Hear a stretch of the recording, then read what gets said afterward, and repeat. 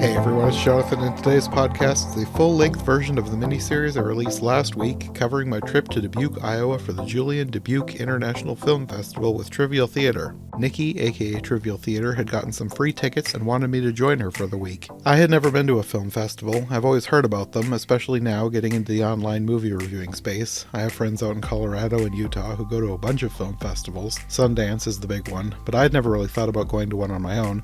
Mostly because I live in Iowa and I didn't know there were any near here. Well, it turns out there are, mostly smaller ones, and usually with a niche, but there's actually a pretty decent sized one all the way on the other side of the state that I had no idea existed, and now I had the opportunity to go to for free. So I worked everything out with my job and left Wednesday afternoon, met up with Nicki, and Thursday we set out on the town to watch movies. The films play all over Dubuque in various theaters, some historic theaters, and even an opera house, some regular theaters, and some conference rooms that have been turned into temporary theaters with a projector. We recorded every night after we got back from the theater, so we'll have all the reviews of all the movies we watched, so you'll know the best ones to look out for when/if they get a wider release outside the festival circuit. Okay, let's get on to the Julien Dubuque International Film Festival with Trivial Theater.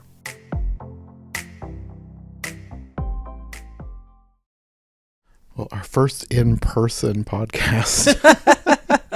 It had to come to it at some point. Haven't done too many in-person podcasts with people. Mainly just my cousin Sarah and my friend Sam because they're in the same area as me. That does help. You've traveled quite a distance to get here, but what a here you've come to. Yes. We're here for what is the full exact title? So the shortened version is JDIF. The longer version is the Julien Dubuque International Film Festival. Okay.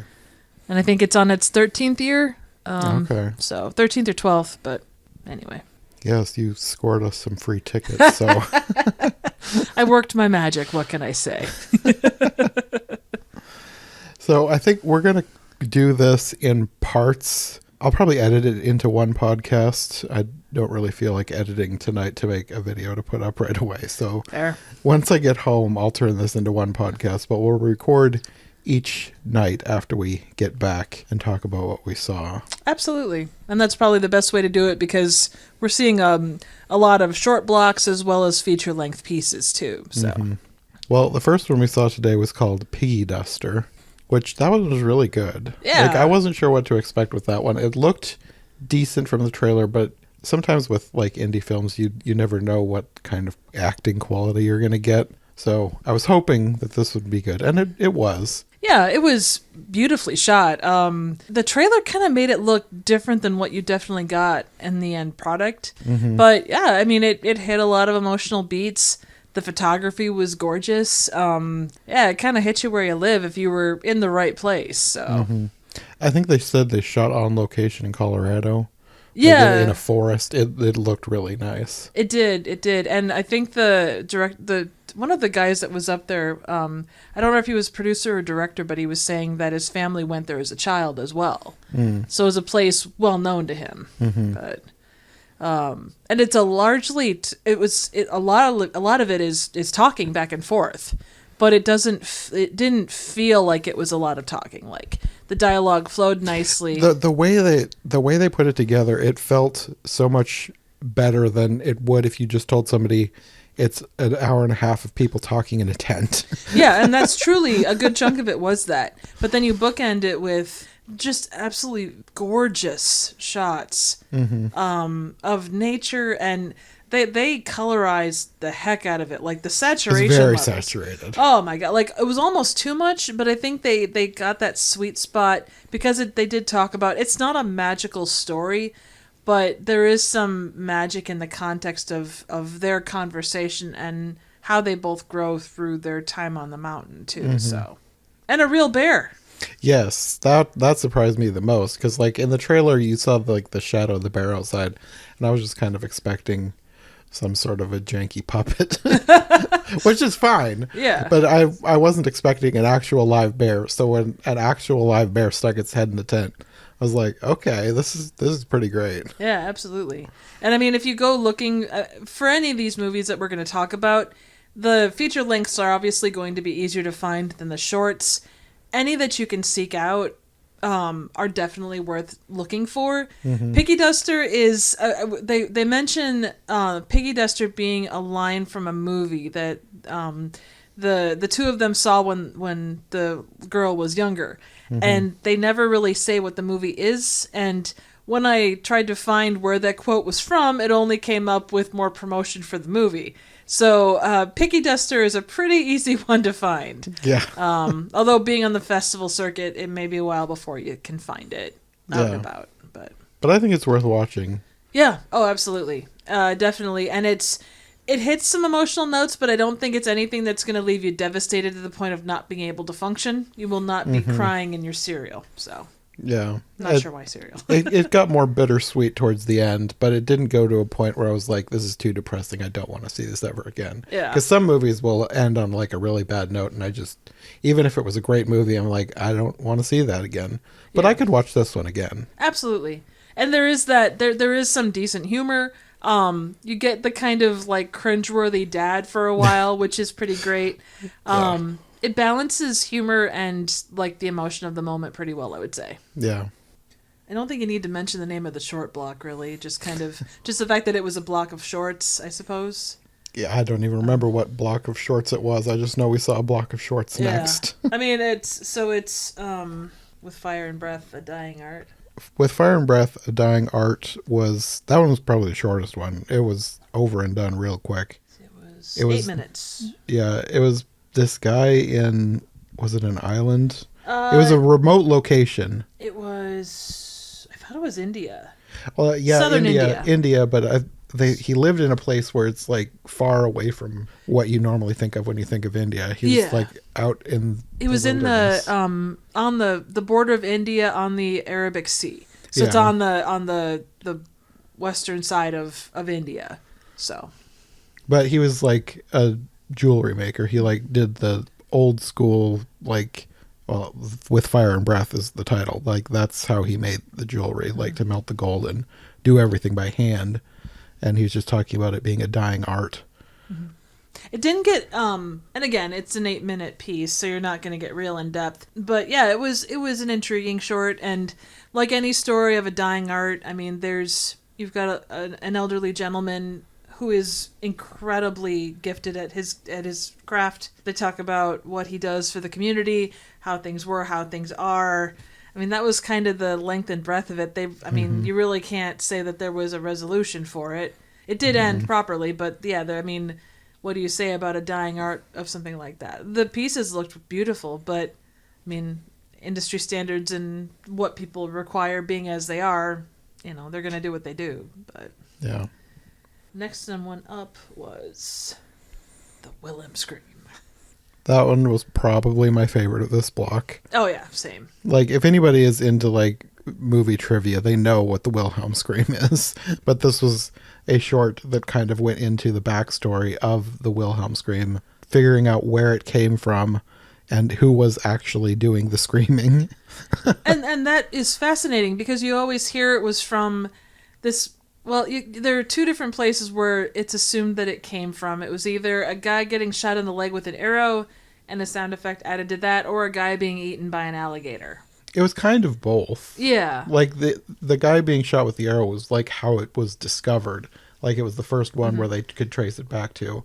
But I think it was recorded for a movie where a guy was getting eaten by an alligator. Yeah, exactly. And the guy that did the recording of the scream, they actually did what's called vocal forensics, which apparently is as unique to an individual as a fingerprint. But they were able to track it back to the guy who sang One-Eyed, One-Armed Flying Purple People Eater. Which is, I mean, for what the Wilhelm Scream is, that seems heavily appropriate. Yeah. But yeah, the story behind it was fascinating. It actually started as a joke between, like a really, very small in-joke between two guys, and it just kind of expanded from there over the course of time. Mm-hmm. So, fascinating little short, though. Yeah. Up next was... probably the next one up is one of the most interestingly titled pieces.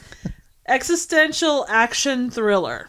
Which is not what the title sounds like. No, it definitely, you think it's probably going to be some kind of either existential crisis or some kind of like very heart-pumping movie, and it's kind of the opposite. Yeah. It was pretty entertaining, though. It was pretty short, but it was one of those where I wanted more of this person. Oh, yeah. Basically, this lady who lives out in, I think it was Yucca Valley? I think so. It was a desert. Yeah. Mojave Desert. Mojave Desert. She described it as like one of the hottest places on Earth. If your AC goes out, you're basically dead, but it's the best place on Earth. And she runs what is essentially an artist commune? Kind of. So, like a studio where people come and stay for a while. She's got a bunch of trailers on the land, and yeah, they make stuff. Yeah, and she goes out and like she looks at basically garbage and sees the human body in it. The scene where she's like going in this empty field and just being so entranced by all the like styrofoam cups and just debris blowing across the field. It's like, I don't understand her, but I love her. Oh yeah. Well, and she gives, for lack of a better term, humanity to all of these pieces that she finds, because she asks, what was it in its former life? So if you've got a cup, did it hold coffee? Was it used on a work site? Was it a kit? Those kind of questions. What is it currently, and what has the environment done to it? So if it's been, bleached by the sun, if it's been pierced on a cactus, whatever it might be, and what is its potential, in her hands, basically. So, so she'll take whatever the thing is, she'll cast it in whatever kind of medium, so be it metal, be it like glass. a cardboard box that had been sitting in her yard for a year, withering away. She cast in aluminum, and now it's a sculpture of a squished cardboard box. Yeah, it was a box that was sitting in the rain, and she took it and turned it into this piece of art that she can use to memorialize this box that she saw on her back 40. She's the kind of person, like, her taste is not my taste, but I love that she exists, and I love that she makes this stuff, because she makes the world more interesting. Oh yeah, absolutely. Like her passion for weird, existential, quirky things. I guess it's in the title. But all of that stuff just, it breathes life, and it's such a unique perspective. You can't help but be drawn to her. Yeah. And then the last one was called Locker Room Talk, which it kind of, it was a very good piece, but it kind of stretched the boundaries for what you would consider a short. Yeah, the first three were so short. Because they talked, like, I think they said there was 4. And we got through the first 3 pretty quick, and I was like, oh, well, this must have been I didn't realize how short the block was going to be. But then this one just kept going on and on. Like, it was a good short in quotes, because it was like 45 minutes.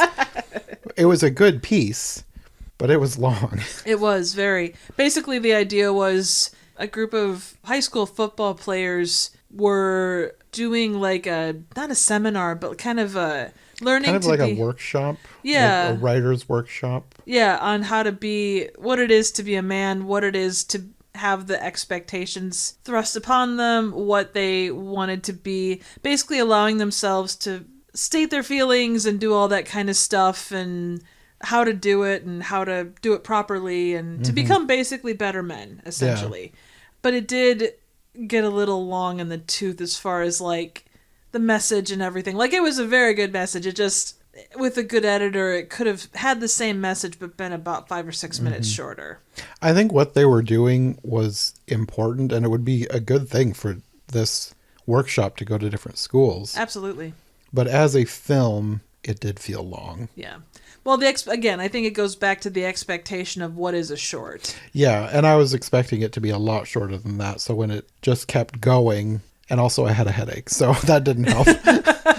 Not this movie's fault. I just hadn't drank enough water earlier. So yeah. I was kind of ready to get out of there, and then it kept going on and on and on. But yeah, all of these shorts, I highly suggest them. Again, the shorts aren't necessarily the easiest thing to find, but all of these well worth like giving a look. I feel like Locker Room Talk will probably end up on a streaming service Oh, somewhere yeah. because it's 45 minutes long. It's not like No. the with Fire and Breath. That one's 8 minutes. That one's going to be hard to find, I'm sure. Yeah, it's probably going to be you search up. Well, and I mean, it's such a niche. Well, any of these. I mean, there's such niche topics. Mm-hmm. Maybe not the existential action thriller. That felt like something I would have seen in art school. Yeah, Like, 100%. We watched a lot of weird short art films when I was taking art classes. Mm-hmm. That felt like something we would have watched in college. Oh, yeah. So I bet that's going to end up in a college class at some point. Agreed. But I think with the with Fire and Breath, something like that, if you go out searching for dying art or, you know, search out that neck of the woods, you're definitely going to run into this. But yeah, it's definitely not something you're going to find on Netflix. But I suppose that one could be maybe uploaded to YouTube, but it depends on how far the person wants to put it out there. very true. And, you know, for all of the shorts that we've run across, or you run across generally, you know, the intent from the person that directed it, whether it was a class project or, you know, raising awareness for something, or just to tell a good story, you know, it's going to depend on where they want to put it. You know, if they want to monetize it, where do you take it? You know, there's so many different things to consider. The Wilhelm scream, though, that one I feel like that one's one like movie fans would really like that Oh, one. God, yeah. So Without a doubt. hopefully that one ends up somewhere. Yeah, and I'm not sure with something like that if you can find, like if you searched up the production company or maybe just the fact of like Wilhelm Scream movie or something like that. Because it's a great bundle of information in like a 12-minute package. It goes by quick. There's a lot of interesting like people interviewed. It's well put together. It was. Sometimes documentaries, even documentary shorts, can feel not just long like Locker Room Talk, but like they feel like they've got too much going on and not enough at the same time. Like talking to too many people, but they're not saying enough interesting stuff. The Wilhelm Scream one, it's like everything was important in that, and they did a really good job turning it into a story. Oh yeah, yeah. The explanation that they spend dollars on small details, but pennies on the things that really mattered when it comes to a lot of documentary type things. But yeah, no, the Wilhelm Scream was fantastic. It was well put together, and like you said, your favorite of the block, certainly my favorite as well, and Yeah. definitely worth a view. Yeah. But the last thing we saw was a movie called Film is Dead, Long Live Film. Yeah. Which I think is my favorite thing we saw today. Oh yeah, definitely. And not to say everything else wasn't good, because like the bar was set pretty high with Piggy Duster and those shorts. But yeah, this was next level. Like it's, and again, I think it's again like Wilhelm Scream. It's very much based around people that enjoy movies. Yes. And another documentary that does a lot, but it doesn't feel too long. Like No. it was pretty long, but it never felt like, okay, when's this going to wrap up? Because everything that they shot and included was important. All the interviews were important. All the B-roll was important. Everything they did served the story, and it was really well put together. Absolutely. A basic story was talking about film preservation, specifically of film stock, and kind of some of the history of that, like how a lot of lost media happens. A lot of stuff. You get these people that collect film and try and salvage what they can. And the director actually followed several collectors through multiple years. Yeah, the movie was made, I think he said, over the course of at least 6 years. Yeah, yeah. And the heart that goes into it, you can see that he was very passionate about it. Mm-hmm. And like any kind of issue you could see with film preservation, they really did hit upon it. Yeah. I mean, everything from, where it was in the 70s and 80s to these people that have been collecting for 40 odd years and they have storage units full, but they can't do anything with a lot of the stuff that they have. And what do you do with it? I mean, there's one, they get a quote from one gentleman that was basically like, the money that was spent on all of these films that could have been put towards a better life for him and his family. But where do you draw the line between hobby and obsession? Mm-hmm. And they didn't go into it as a bad thing. It was just another piece of the puzzle. Yeah, so. I think his son said something like just something to think about. Yeah, like it wasn't something he was upset about. No, definitely not. But with any hobby, there's that balance. But with something like this, where it is kind of a one-off thing, you lose that piece and it's gone forever. Mm-hmm. So, and I can see why a lot of people tried it. It's like trying to, save priceless pieces. So. Mm-hmm. And I know they said for a lot of people it wasn't really about saving that. It was just like they just wanted to do it. Oh, yeah. But even in just wanting to do it, they were still even accidentally preserving history. Absolutely. Which is now more of what's going on. Like, that's more important now than just collecting. Absolutely. But it was really, from both perspectives, it was fascinating. And all the people they interviewed, from doing it all the way back then to now. Mm-hmm. And even the next generation of, like, where it goes from here. Mm-hmm. So, and they even covered film festivals. And, the thing is, they didn't just talk about films film as in movies. They talked about home movies. They talked about, like, reels that used to play at drive-ins. They talked about commercials. Mm-hmm. Basically, anything that was shot on film, they kind of discussed. Mm-hmm. And all of that stuff was important to some aspect of someone's life. Yeah. Even if it's just a snapshot of history and not a, Hollywood movie. Mm-hmm. Yeah, the historical aspect of it is the most interesting thing to me. Very much. Because, like, there's a lot of old movies that's like, it's fine. But, like, the fact that there's so much history that is lost, that's what makes this so important and fascinating to me. Yeah. Like, even if I don't really care about an old movie, I still want it to be preserved, and I still want to see it just because of its historical significance. Oh, yeah. Well, and there's so much, again, you talk about, so much lost media that the movie itself may not have been perfect, but it gains that little extra because it's lost. Yeah. I mean, like, in a lot of the stuff that I review, a lot of those pieces were lost media, or the way that they managed to survive. The story of how how it managed to make it to modern day is probably more interesting than the movie itself.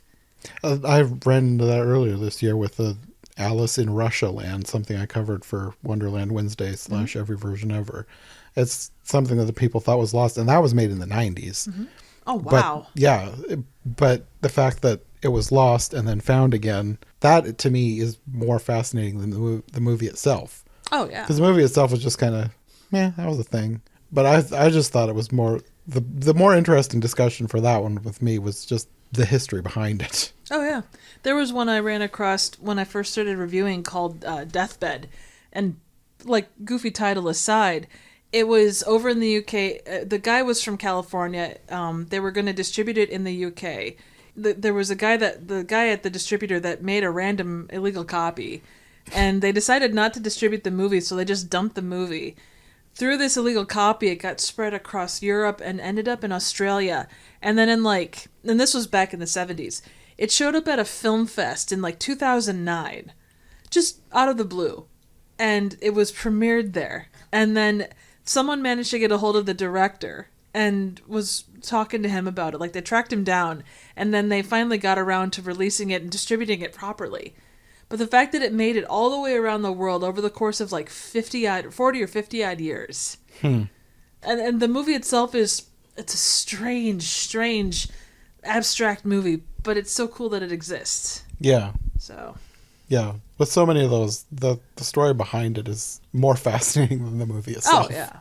Well, and that's the case again, like the reels and some of the stuff, like you have, there was unknown or footage that had been shot of the guy that kidnapped Charles Lindbergh's baby. And it was footage that was not supposed to have existed. Yeah. And the one collector's dad got it from the guy that shot it because they didn't end up using it for a newsreel. Like pieces of history like that, show you a completely different side of things. It's fascinating. Yeah. Yeah, so of all these, that's probably our highest recommendation if you can find a copy to watch. I think he said it's going to be released on Blu-ray, so... Yeah, I think it was on streaming as well. The studio for that is Cold Eye. He's based out of Boston. I don't think that matters one way or the other, but definitely seek out that one. If you have any interest in film history or just film in general, it's just a fascinating watch. Yeah, definitely. All right. Okay, well, that's probably all for tonight. Yes. So, I guess we'll see you tomorrow. Okay, day 2. Day 2. Much like day 1, but not at all like day 1. No. Very different from day one. Yes. For one thing, there was no shorts. Sort of. True. Also, we are both wearing pants, not shorts, because it was quite a chilly day. Yeah, until the end, and I got hot, now I'm cold again. Yeah. Well, that does tend to happen, Room full of people, and it's a relatively small space. Yeah. Plus a very warm projector. Yeah. But more on that later. The first one we saw was Magnetosphere. That one was an independent film that actually had people I recognized in it. So that was a first. Yeah, for yeah. these. It was, I don't remember, I don't think she said how much it was made for, but, it had a almost movie-sized cast, I'd say. Yeah. Like, proper movie. They went through, full-blown casting agents. So, it's definitely independent. It's not what you would call, tiny budget independent. So, there was clearly a good, solid backing behind it. But I think this was only her second feature, and it was a well-done piece, I thought. Mm-hmm. It was. I mean, any movie that features a kitchen toilet in the first 20 minutes is okay with me. The main person that most people would recognize was Colin Mockery, who was a plumber / exterminator who initially came to fix a kitchen toilet. Yes. Or take the kitchen toilet out of the kitchen and put it in a proper location. Yeah. But then he kept coming back and being weird because he's Colin Mockery. Absolutely. But he was... I would almost... If you've ever seen Scrubs, he was like Janitor. He was a very Enigmatic. Enigmatic, thank you. Brain's not working. He was a little bit crazier than Janitor. He was a little crazier than Janitor, but just the random stuff that popped up and kind of the hidden bits. He just kept pulling out random things, and they worked. Mm-hmm. This movie had so many, it was genuinely funny. I mean, it was funny anyway. Yeah. But there was you're sitting there and watching this movie about a 13-year-old coming of age, and then all of a sudden there's just all of these random funny moments that kind of slap you in the face in a very loving way. Mm-hmm. You get some of that in the trailer, but it balances drama and comedy pretty well, I thought. It did. And at first I was feeling this almost feels like a film made by a church, if that makes sense. No, I agree. Definitely had bits of that. But it kept getting better and better as it went on. And it had... Some of the pieces were very separate. It was almost kind of episodic the way that it kind of went along, but everything did get tied up well at the end, I thought. Yeah. There was also a lot of music, which personally, it was to explain some of what she has. She's got, synesthesia. Yeah, so you can, hear color. Yeah, synesthesia manifests itself in very different ways in different people. Mm-hmm. I'm more familiar with it because I think one of my cousins has a version of it where she sees letters as colors. Really? So, for example, she might see B is green and C is brown. But then there's other people who will say, no, those are not the correct colors to go with those letters. So it's very different for different people, but it's two senses firing at once. Right. So it's hallucination adjacent. It's not a full hallucination. I don't know all the aspects of it. I don't have it, but right. It's an interesting phenomenon that manifests itself in very different ways. And for the character in this movie, it was more visual than anything. Very much. She would see colors when things made noises, or not like an aura, but portrayed on screen as an aura around people. Mm-hmm. Different people had a different color to her. And it wasn't really a positive or negative thing. Those were just the colors that they happened to have. Yeah. But yeah, it was an interesting thing because it was kind of talking about, she was 13, so it was kind of coming of age. It was new school, crush on a guy that was in the play that her dad was running. Mm-hmm. It was talking about this synesthesia. There was a little bit about the Hale-Bopp comet, but I think it was just to kind of ground it in time generally. Yeah, I kind of expected the Hale-Bopp comet to be more of a thing, but it kind of wasn't. Yeah. It was there at the beginning, and then you kind of forgot about it. Maybe they mentioned it towards the end, but it wasn't a huge part of the movie I expected it to be. It could have been something that was left out, but I think because of the connection to her crush is probably why. Yeah, probably. That's my assumption, but it wasn't an overarching thing. She could have just had an interest in space. Yeah. Oh, yeah. Tara Strong shows up, too. Yeah. As the voice of a doll / her inner monologue / fears. Yeah, all of her internal insecurities. all of her insecurities as, someone freshly 13. Well, not freshly, I guess she was a little bit older. Like, she was at the tail end of 13, but yeah, it was an interesting movie for sure. And it, again, built around music. I didn't think the music was as necessary, but I can see why it was there. It actually, and I don't know if you got the vibe, it gave me kind of like a better version of like a Disney movie from like the 2000s. Kind of. Like it kind of has that whimsy, but there's some good messages in there as well. Like it's much better done than a lot of like Disney shows from that time or Disney movies, like Disney Channel movies from that time. Yeah. But it kind of had that aspect. It's kind of like a Christian / church movie mixed with a Disney Channel movie mixed with an independent film. Right. And more quirky characters than you can shake a stick at. Yeah. Like I'm pretty sure every single adult in this movie was just, I don't know, they were weird in their own way. Oh man, they were endearing. They weren't bad. And the little sister too. Yes. You get like and again, I think that's maybe where it came into play being more kind of Disney Channel movie. Like the adults are super quirky. The main character is kind of the long-suffering main character. And then like the little sister or little brother. That is probably what gave it the Disney feel. Yeah. And Disney then the little Channel feel specifically. Oh yeah, absolutely. And little sister is like wise beyond her years. She just kind of rolls her eyes at the hysterics that her sister's in. Yeah. But yeah, no, it was a lot of fun. Highly recommend. It's called Magnosphere, or Magnetosphere. Yeah. But yeah, worth checking out. I think it was going to be coming to Tubi and other streaming services. So. I think she was working on that. Yeah. I think they were going to find out in June or July of this year.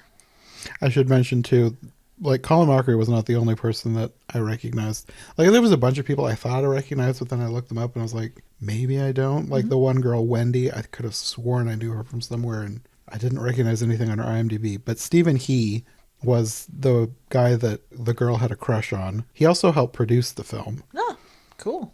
And then the thing that was the most shocking to me was the dad. Like through the whole movie, I was like, this dad seems so familiar. Mm-hmm. So I looked him up. Patrick McKenna, which the name did not immediately ring a bell. So I clicked on his name. And for anyone who grew up in like either Canada or Iowa, if you know the Red Green Show, he was the nephew Harold. Oh, that's incredible. That's awesome that you figured that out. I was shocked when I saw that. I was like, oh my word. Like that, because he does not look the same. Like he does not look at all like Harold from the Red Green Show. But I guess it was something in his eyes or something. I don't know. I just recognized something about him. I was like, oh my word. Nice. This guy that I grew up watching. He's now a lot older, of course, but well, that does happen. That was the most random person to see in a movie. I was not expecting that at all. Yeah, that was a fun movie. I kind of wish we'd ended on that one. I almost feel like I needed like a fun movie at the end. Yeah, considering how the day ended. And not that the day ended badly, it just was... Yeah, it needed to end with that Porky short. That would have been the way to end that, but we will get to that. Well, after that, we saw a movie called Seance. Yes. And that was one that I'm not a horror person, so that wouldn't have been like one of my choices, but I knew you wanted to see it. And then I saw the trailer and was like, okay, it's a period piece. Mm-hmm. This could be kind of fun. I actually think it might be my favorite thing I saw today. Oh yeah, no, it definitely ranks up there. It's not specifically Hitchcockian. The director talked about it being kind of inspired by stuff like the 1960s Haunting, The Haunting of Hill House, which the 90s equivalent is called The Haunting with Liam Neeson and other various people like Owen Wilson. But yeah, the 60s version of that, it's definitely psychological thriller. I would honestly kind of put it in a Hitchcockian, if you're not talking about Psycho, it definitely falls into that level of movie. Mm-hmm. There's, without giving too much away, there might be something paranormal going on, but there may not be something paranormal going on. It was really well put together. Yeah. And well acted. Oh yeah, no, very much. The director was also like a supporting character. And I think she also either produced it or wrote it. She said that she wasn't aiming to keep it period specific, but generally speaking, it takes place in the 1890s. They had 3 different homes that they used as sets for the kind of the house that they take part in, or that takes place in. I'm trying to think. It was made for about $1 million and shot in, I think, either 12 or 19 days. Well, the locations is what made it feel so. Oh yeah, maybe higher budget than you would have expected. I would agree 100%. Because while I was watching, I was like, this does not feel like an indie film. No. And the bulk of that feeling was coming from, this is a great location. It's excellent. And yeah, so they filmed in 3 different period houses, one of which was a museum. So all of the props and everything, or the furniture and all that stuff was definitely, relatively speaking, period accurate. There's a creepy doll involved because, as a horror movie, it's a requirement. But they went, I guess, to estate sales and found a whole bunch of very, very, very creepy, like, dolls. And that was probably, like, the generally scariest part. Probably. And maybe that's why I didn't find the movie that scary. But no. I'm not a person who is afraid of dolls. Like, it's one of those things, like, I think they're interesting to look at. They don't freak me out at all. I don't understand people who are freaked out by dolls. Yeah. Even winding it up and making it say "Mama, that" didn't freak me out. Like, there was not really anything that really scared me about this movie. And it had great characters, which is why I liked it so much. And they definitely, like any good, like if you look at like The Walking Dead or things in that nature, you've got zombies, or in this case you have the possibility of paranormal stuff. But in the grand scheme, it's kind of, it sets the tone for what's going on. But the real piece that's interesting is the drama between the people, kind of the interpersonal play. Yeah. And this one, without giving away too much, you've got 2 very complicated relationship type couples. Yeah. And there's clearly things going on between various members of them. And the way that plays out is very interesting. And it's done in a very, without being silly, it takes place in a mature way. Yeah. Like, it's not like, Housewives of Beverly Hills level drama. They handle it like adults. And I think it's a refreshing thing because so many movies do go off the deep end when it comes to that stuff. And there was points where I thought maybe they were going in that direction, but they didn't. Yeah, no, agreed. And even little things, talking of production, like the whole time that they're in this house, it's raining and thundering and such, raining and lightning outside. Yeah. And that's a consistent thing that you keep up. Like, you go by a window, and they don't obviously have to mention it every time, but it's always there. And it just adds such atmosphere. It really pulls you into that world. It does. Yeah. I was impressed. Yeah, it was good. Yeah. Like, I didn't 100% know, like, you can watch the trailer with any movie. You can watch the trailer and kind of have a general idea, but they managed to subvert my expectations. And I walked away really impressed. Yeah. So the next one was... The Last Hounds. And you can probably give some backstory on this, because this was a local film. Yeah, so Dubuque was, where the film fest takes place, was the first place that had a greyhound dog track. And it opened in the 80s, and because of animal rights issues, which are a genuine thing that go on, several tracks across the United States have closed, and Dubuque's was one of the last ones to close. I think the guy said there was like 2 left in existence now.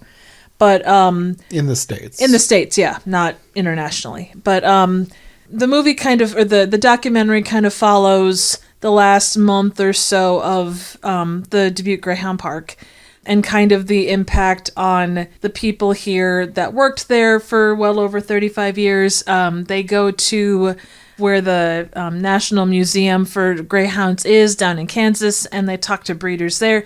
They kind of got a really well-versed look, and I'd say pretty balanced look at the whole situation. That's how I felt. Yeah. They kind of showed like the way that the dogs were cared for. And, I mean, they acknowledge the fact that there could be bad eggs, or there could be, there's always bad apples, and, acknowledge the things that have gone wrong. But This guy found out about it, I think, a few months before the park here in Dubuque closed down. And he did a great job of kind of covering everything. Mm-hmm. He talked to a journalist that started out as very skeptical about how greyhound racing goes, and she gave a very balanced look at it. Mm-hmm. It was a fascinating documentary. Yeah, it was really well done. Yeah. Something that I didn't really know anything about. Like I know that greyhound racing exists, but it's not something that I'd ever been interested in to watch or know anything about. So it was really interesting to see what actually goes into that. Oh yeah, even just the raising of breeding of greyhounds generally. Like this specific set of them are bred for speed, and they were talking about how because you don't have that specific function for them anymore, or as much of a demand for them anymore, that specific breed of greyhound goes away, given a few generations, which I guess like everything else, I mean, that's kind of a foregone conclusion for anything if you take away what's the demand for it. But there were actually quite a few people in the crowd that were either interviewed or had some part in the Greyhound Park, and like the question and answer session, which they do for every director, went on quite a lot longer, and it was very interesting to see the back and forth. Yeah, it was. That also helped the experience because you get even more than in the documentary with the conversations between the director and the people who were in attendance. Absolutely. And I think that he learned a lot just from other members of the community as well that he may not have otherwise been aware. Because I think he said he was from LA or someplace. I think he said LA. Yeah, definitely was not from Dubuque. But when he found out about what was going on, so the Dubuque Greyhound Park closed down in 2022, he reached out to the 4 remaining Greyhound parks, and Dubuque was the only one that would talk to him. So, yeah, it hit close to home, and so every year with Julien Film Fest, they do like a People's Choice. And I feel like because this one, and we're filming this a day before, or we're talking about this a day before the actual awards, but I would imagine that if this isn't the winner for the People's Choice, it's going to be pretty close in there, just given the local appeal. Mm-hmm. So, I guess we could probably do an update tomorrow. Yeah, well, probably Sunday would probably be the time to do that, because the award show is tomorrow night. Oh, okay. So we may. Well, I guess we probably could. Yeah, we'll get back to you on that. So, but no, absolutely. If you have any interest in the politics that go along, well, not even the politics, just the issues that kind of come with anything dealing with animal racing or monetization of animals, it's an interesting one. I would say it gives a pretty balanced look. Like, they acknowledge the faults, but they show the way that they're brought up. If you're willing to be open-minded, it's a really solid piece to watch. Yeah, it was good. Very thorough. Yeah. So. Well, that was our last movie. Yes. For the day, but we still had 2 other shows that we went to. Ha ha ha ha! I feel bad for John. I dragged him into these, though you weren't kicking and screaming, and I am very appreciative of that. No, they were interesting. Like, maybe not from a fully entertainment perspective, like to go watch a movie. It wasn't that kind of an experience, but. Right. Just from a historical perspective, both of them were very interesting. Oh, yeah. Well, kind of, so there's 16 millimeter showings that they bring back a gentleman that is the curator of a 5,000 reel archive out in, I think, Portland, Oregon. Yeah. And it came from another gentleman that collected all of these movies and commercials and documentaries and shorts and anything and everything that could be put to film. This collection includes those. And so every year he puts together a compilation reel. One is called the Psychotronic After School Special. Right. And then if it's not that, it's something close to that. I think it is Phosotronic After School Special. That's the consistent one. The other one is always kind of a crapshoot as to what it is. Last year it was talking about psychedelic drugs and kind of like countercultural stuff, and this year it was Speakeasy, which was film reels and stories and whatnot from the 20s and 30s. But the After School Special, it had Schoolhouse Rock, one of those. Which I I think I recognized it. Like, it wasn't one that I, like, watched a lot. Like, Schoolhouse Rock was something that played on Saturday mornings. Oh, yeah. When I was a kid. Mm-hmm. So, like, that wasn't something that I would always specifically watch, but it would be, like, in between the other things. Mm-hmm. So I don't ever remember, like, watching Schoolhouse Rock, but I saw enough of them that some of them stuck in my brain. Of course, the I'm Just a Bill. Yeah. And Conjunction Junction, of course. But this one was, I think, Interplanet Janet. Yes. And I was like, I feel like I recognize this. Like, it wasn't one that I must have seen a lot, because I didn't recognize everything, but, like, there was something about the tune and that character flying through space. And I was like, I know I've seen this. Mm-hmm. It was super cute, though. Yeah. Like, very desaturated, just because, obviously, of age, but super cute. There was a doodle short, or there was a Canadian film board movie that was talking about doodles. That was crazy. It was odd. It was, like, set up like a documentary about trailing this guy through his life, but I think it was fictional. Yeah, I'm pretty sure it was, too. Like, I'm not sure what the point of it was. That's the thing. I wasn't sure about a lot of these. And some of that stuff, there really isn't a point. They're meant to entertain just as much as be educational. I mean, because the doodling thing is kind of just a thing that you do, and, you know, it's kind of highlighting it. There was a couple. There was one, what was it called? Make a Wish, but for some reason it was focused on all kinds of glass, but it was apparently a series. It went from glass blowing to kind of crystals to normal, like, glassware. It was such a strange, very, very 70s piece, I would say. It was odd, but it was entertaining. Oh, yeah, very much so. Then there was the eye one. Yeah, there was a thing about making glass eyes, but they were also talking about, like, how the eye works. Yeah. It was another odd thing. That one was less entertaining and more just odd. Yeah, they were making connections that I don't think anybody else would have made or would have wanted to make. Yeah, I felt like that with a few of these. They were making some connection that the through line wasn't really there for me, but I was like, I guess I see where you're going with this. Yeah. There was one called The Wizard of No, which was an anti-drug, specifically anti-cigarette kind of PSA thing, but it also talked about being anti-drug and anti-alcohol. Basically making good decisions by saying no to things that you don't believe in. Yeah. In that respect, so. For the most part, that was my favorite. I thought their message was really well done. It was, and it didn't... So many of those, both then and now, can be really pandery really quickly. Yeah. Very preachy and beating you over the head with the message. Not that this one didn't do that, but I felt like it presented, I want to say more naturally, but like the guy was a wizard that came out of a tin can, so it's not exactly natural, but... I think it was silly, but it was quirky in a good way for the most part. Yeah. Like, because it didn't talk down to its audience. It was more... No, yeah. I can't even say it was specifically on its level, but it did a better job than a lot of them. Mm-hmm. It kind of did what Schoolhouse Rock kind of did. Yeah. I'm trying to think. There was commercial breaks in there, too, so you saw a whole bunch of random commercials from that era. The Ugly Duckling / Unicorn one was... That one was probably the most bizarre. Oh, so strange.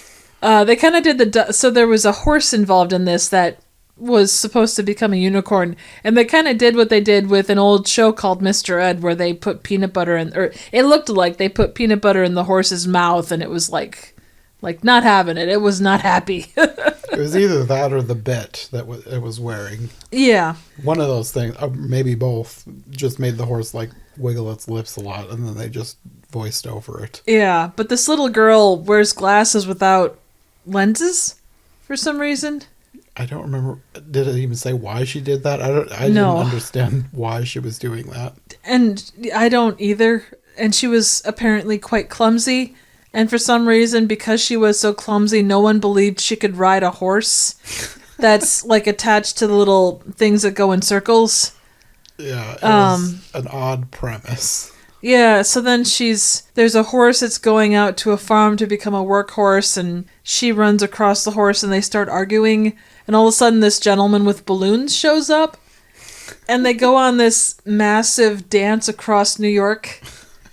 It was so strange. It was entertaining, though. It was very, like, he was, like, so charismatic and just such a fun... He seemed familiar. I don't know who he was, but he seemed familiar to me. I don't know how to figure out who he was. Yeah, I'm sure you could probably look it up. It's got to be someplace. But yeah, and even after all of this building up and confidence building, she's still like, I can't do it! And finally she... It went on for a long time, like, trying to get on the horse, but, like, falling off the horse. It did. And then... Finally climbing up a tree and dropping out of the tree onto the horse's back. Right, because that makes more sense. That's the first thing you go to. That's like hearing hoofbeats and thinking unicorns instead of zebras.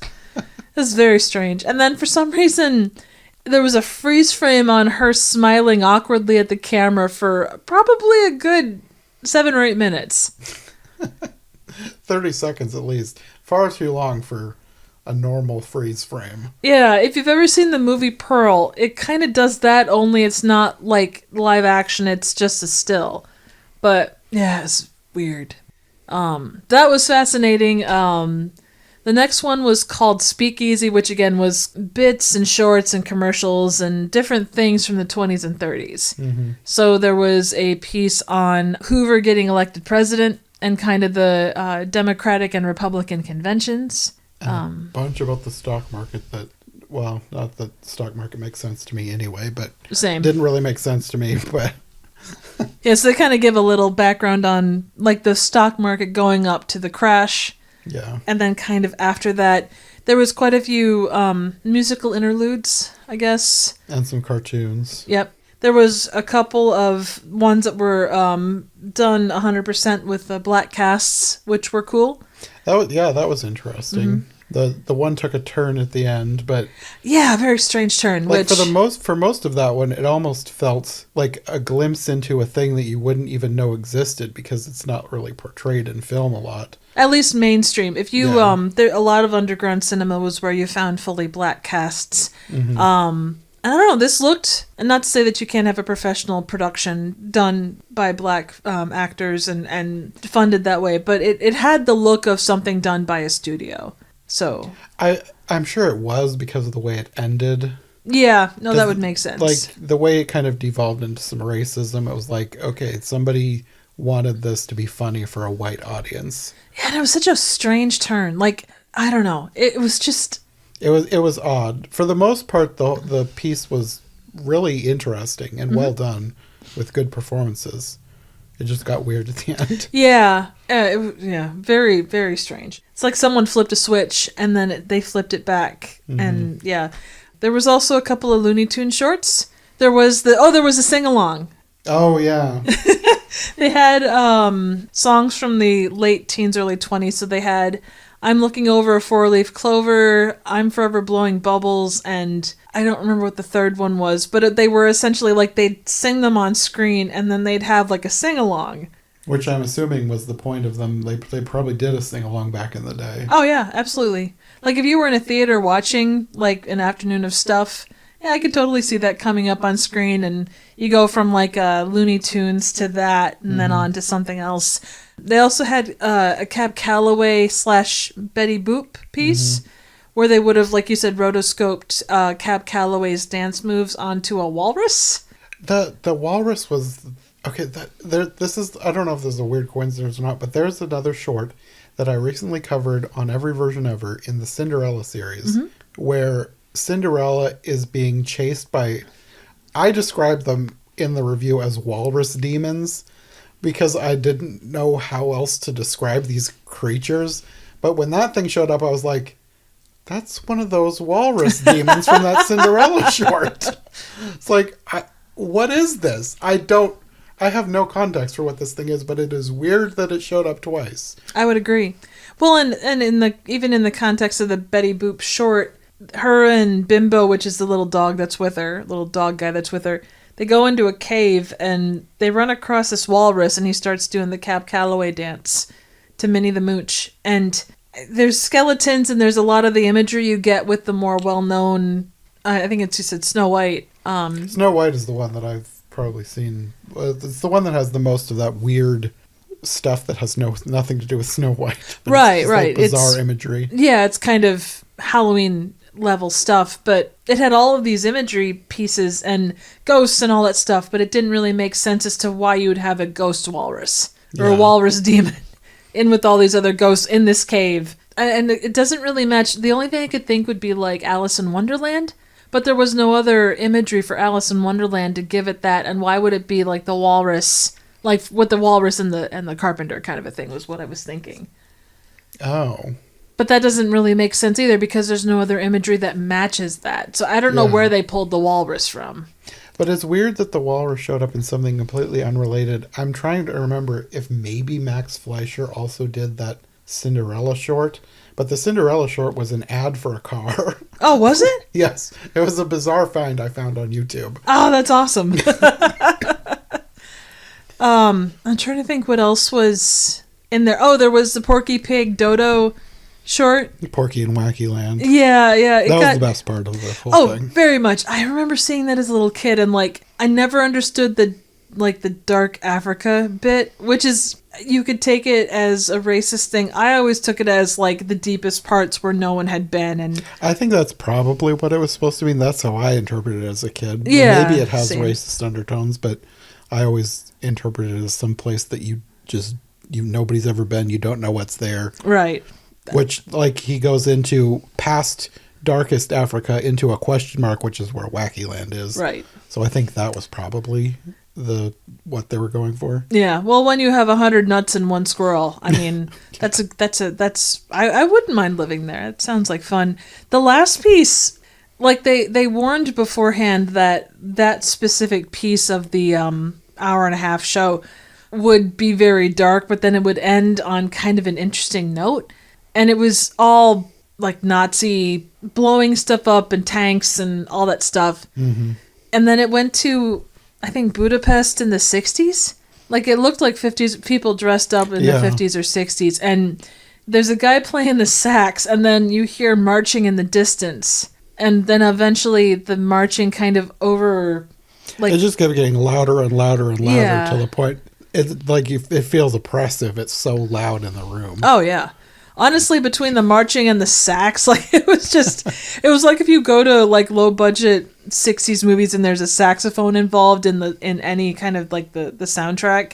That's the kind of sax you had here, was kind of an apathetic sax, if there is such a thing. But yeah, it was a very strange end to it. Like it would have been better, I think, to end on Porky, but they're trying to get a point across and they're talking about the 20s and 30s. So, I think his main theme was like history repeating itself, like a lot of stuff happening back then is happening today. No, I would agree with that. I mean, you're coming off of, early 19-teens. You had a pandemic, and then, stuff does repeat itself, and especially with big events like that. Because the two weren't dissimilar as far as the kind of pandemics that they had. So, given that, I mean, that's a whole other discussion for another day. But yeah, definitely, the shorts were interesting.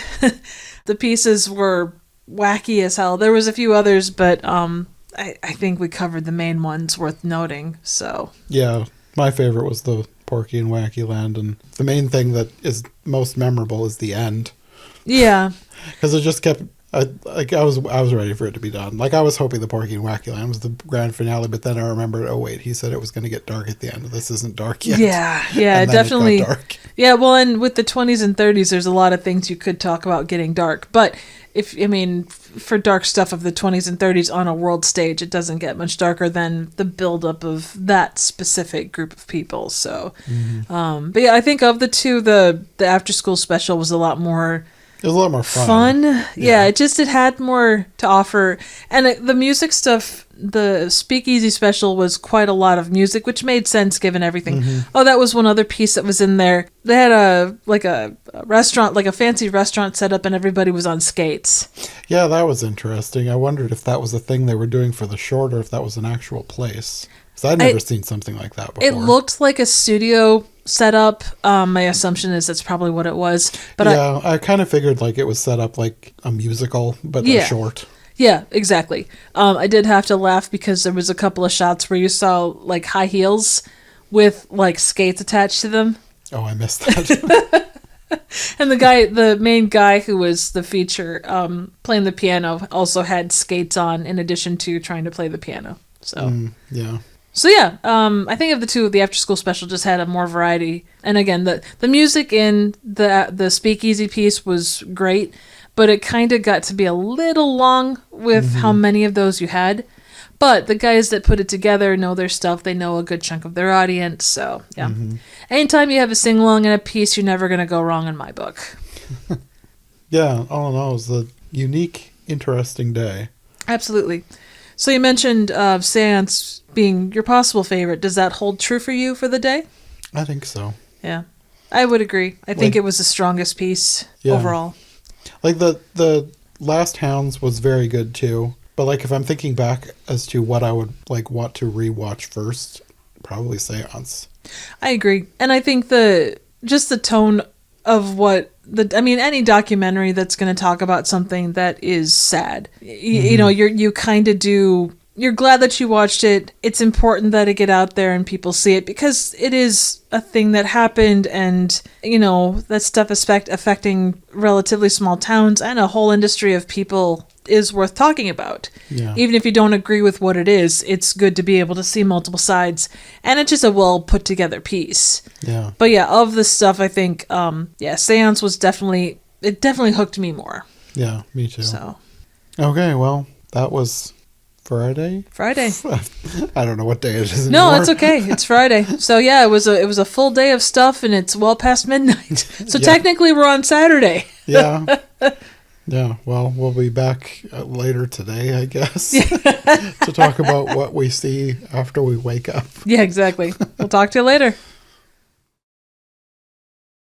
Okay, day 3. Yes, JDiff day 3. Ha ha ha ha. We had some good ones today. Yeah.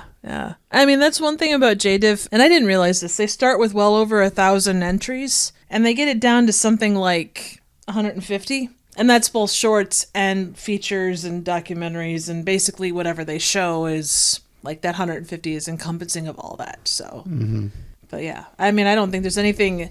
There were some things that could have used was maybe some editing or, you know, scripting, but I mean, that's movies generally. But yeah, overall, everything was like the level of good with everything that we've seen. Even the stuff I didn't like was still good. Oh yeah, no, absolutely. Like and I guess the thing about a film fest is, unless it's meant to be a schlocky, your baseline even for average is a lot higher than what you would get for a lot of things. I guess I would say. But yeah, first thing up was one called Call Me Dancer. And that might be my new favorite one so far. Oh, it was incredible. Like just the dedication that it took to put it together. Yeah, it took them years to make because they were following this kid who like grew up really poor in India and had many setbacks over the years. They didn't even know if the film was going to be finished. Went through the pandemic. They thought that was going to end the thing. The kid got an injury. They thought that was going to end it. It was a really good movie. Well, and even the direction, the Q&A afterwards, I think it was the producer that was here, was talking about how initially it was going to focus on was originally going to focus on the ballet teacher that was from the States, or he was from Israel, had been a famous dancer in the States, and then had gone to Mumbai to be a ballet instructor, like a really high-end ballet instructor. And then it had shifted to these 2 students that had come into the program that were just like prodigy level good. Yeah. And then the one ended up joining the London, I think, the Royal Ballet. Yeah, the Royal Ballet in London. And then the other one, it became his story basically. Yeah. The one who was basically trying to find a job and more training through the whole thing. Yeah. And it was cool because it didn't just focus on his journey. It was talking about kind of the not requirements, but the point that a lot of like Indian parents take care of their kids to a certain age. They put them through school, and then it's the kids' job to take care of the parents after that so they can retire and live life, basically. Which was fascinating. Like the things that I learned about Indian culture, and not that it focuses directly on that, but you do get those moments, and it's incredible. It really was interesting. It's there in the background, adding another layer to the movie. Yeah, absolutely. It was a multifaceted movie, and nothing was dramatic. It was very straightforward in its approach, but it was well shot. a lot of it was shot on iPhone. We ran across a lot of iPhone-based stuff throughout the couple of days. iPhones have been getting better and better cameras. Yeah, absolutely. Not that I do a lot of video on my channel, but I've shot some on iPhone, and it looks better than when I had used to try and shoot with an actual camera. Yeah. So. Well, and it's easier to shoot with, and as long as you have something, a gimbal or something to stabilize, you're in good shape. Audio is a different story, but that's true of any kind of setup like that. But no, and the award ceremony is actually going on or finishing up as we're talking. We saw the red carpet as we were leaving the building. Yeah, there was a line of people ready for their 15 seconds of fame. But I wouldn't be surprised if Call Me Dancer came home with the popular vote. It could. Yeah. Like you were saying yesterday, you thought that the Last Hounds might get it, but Call Me Dancer was... Yeah. It was really good. Depending upon how the crowd goes, if it's more of a local crowd, I could be completely off base. We didn't see everything, but given popular opinions of people that we talked to, and just the crowds and stuff, there was a lot of love for Call Me Dancer, a lot of local love for The Last Hounds, and I could be out of left field. I could be completely wrong, and if I am wrong, I would say I would eat my shoe, but I'm not going to do that because I don't have that much faith in my decision-making process. So, but anyway, the kid he was just an interesting and really sweet guy. Yeah. Like, you wanted him to do well. He just had that. Everyone in the story, there wasn't like the buildup of like a bad guy. It was just a really straightforward tale of a guy that he had the drive and the want to be something more. Yeah. So yeah, it was really good. I mean, there was even a Netflix movie based off of his life. Yeah, we'll have to look into that one because that'd be interesting to watch too. He played himself in that. Yeah. Apparently, that came out a few years ago. Yeah, absolutely. I think before the pandemic. But yeah, they spent I think 6 or 7 years filming. Yeah. On and off. Yeah. But yeah, if you get the chance, I think it's already on some platforms and it's supposed to be coming to others. PBS included, I think, their world Oh, that's PBS. right. Yeah, she said that it was picked up by PBS for their World channel because PBS has like PBS like split off sort like the way the network TV works has changed since I was a kid because each channel has sub channels now. Yeah, which I didn't even I hardly watch TV. But I flipped on the TV one time and I was like, where did all these extra channels come from? Yeah, it's really weird and there's such a random selection. But PBS has some extra ones and their World channel, I guess, picked up Call Me Dancer. So and at some point they'll play it. Whether it's out or not yet, I think they're still just focusing on the Film Fest circuit. Yeah. And then they'll go from there. So yeah. But yeah, if you like documentaries or dance, definitely look into Call Me Dancer. I mean, I would agree with that, but I think just generally, if you just want a really good inspirational story, it definitely and it's not played up. It's said very straightforwardly, but it is through the ups and downs, he stays relatively positive, which given everything he went through, it would be easy to. I kind of thought it was going to get more depressing with all the stuff he had to go through. Yeah, well, and even the requirement as, a kid, like a lot of his decisions were built around family and the requirements of a son to be there for your parents and to make those decisions just based on tradition. Yeah. But he managed, and obviously you're kind of glossing over a lot of stuff, but the decisions to make or to go where you need to go and do what you need to do and do the right thing by both yourself and your family. He made decisions that were smart and he found balance, which isn't easy. Yeah. Especially when you're a young person. Yeah. So, but yeah, impressive across the board. Yeah. But next up was... The Ramba effect. Yes, the Ramba effect. That was following an elephant as it was rescued, I think, from a circus in Chile. I think it was a 7-year journey. And the story, as the documentary picks up, is as they're getting ready to take Ramba from like a safari park. So the Ramba had been let go from the circus because she had liver failure, I think. They brought her to this... Might have been kidney failure. Or kidney failure, Not that it matters, but it might have been kidney failure. You're right, I think it was kidney failure. But she'd diagnosed with kidney failure. She was supposed to be temporarily at this safari park, and it ended up being 7 years to get through all the paperwork and permits and all that kind of stuff. Mm-hmm. So they finally got it figured, they got everything lined up, and the bulk of the the bulk of the documentary was the process of the 6 days to get her from Chile to Brazil, where there is an elephant sanctuary that's run by some people from Tennessee. But it was a fascinating story. They kind of talk about the history of elephants in circuses and zoos. It was quite eye-opening, really. Mm-hmm. How captivity is both good and bad, and I think that's true of anything. And we were kind of talking, not that it's different sides of the argument, but you do kind of get some juxtaposition between The Last Hounds and this. A little bit. Like, not a ton, but just kind of similar. Not the same kind of scenarios, but kind of, I guess... I think it's similar but different in that with greyhound racing, they are bred to race. Like it's in their genes. Like that's what they want to do when they are born. But with the elephants, they're like captured from the wild as babies, and it kind of like breaks them inside. Yeah. No, absolutely. So it's like it's similar in that it's an animal being used for entertainment, but it's different in that it takes a massive toll on the elephant psyche because they're like extremely smart. Like they're one of the smartest animals on Earth. And they're very family and socially oriented too. So to not have that, it breaks your heart. Just like there's a lot of close-ups of Ramba's eyes, and your heart breaks because of what that poor animal's been through. Yeah. Even if it's treated well at a circus, it's still, everything that they are, they're.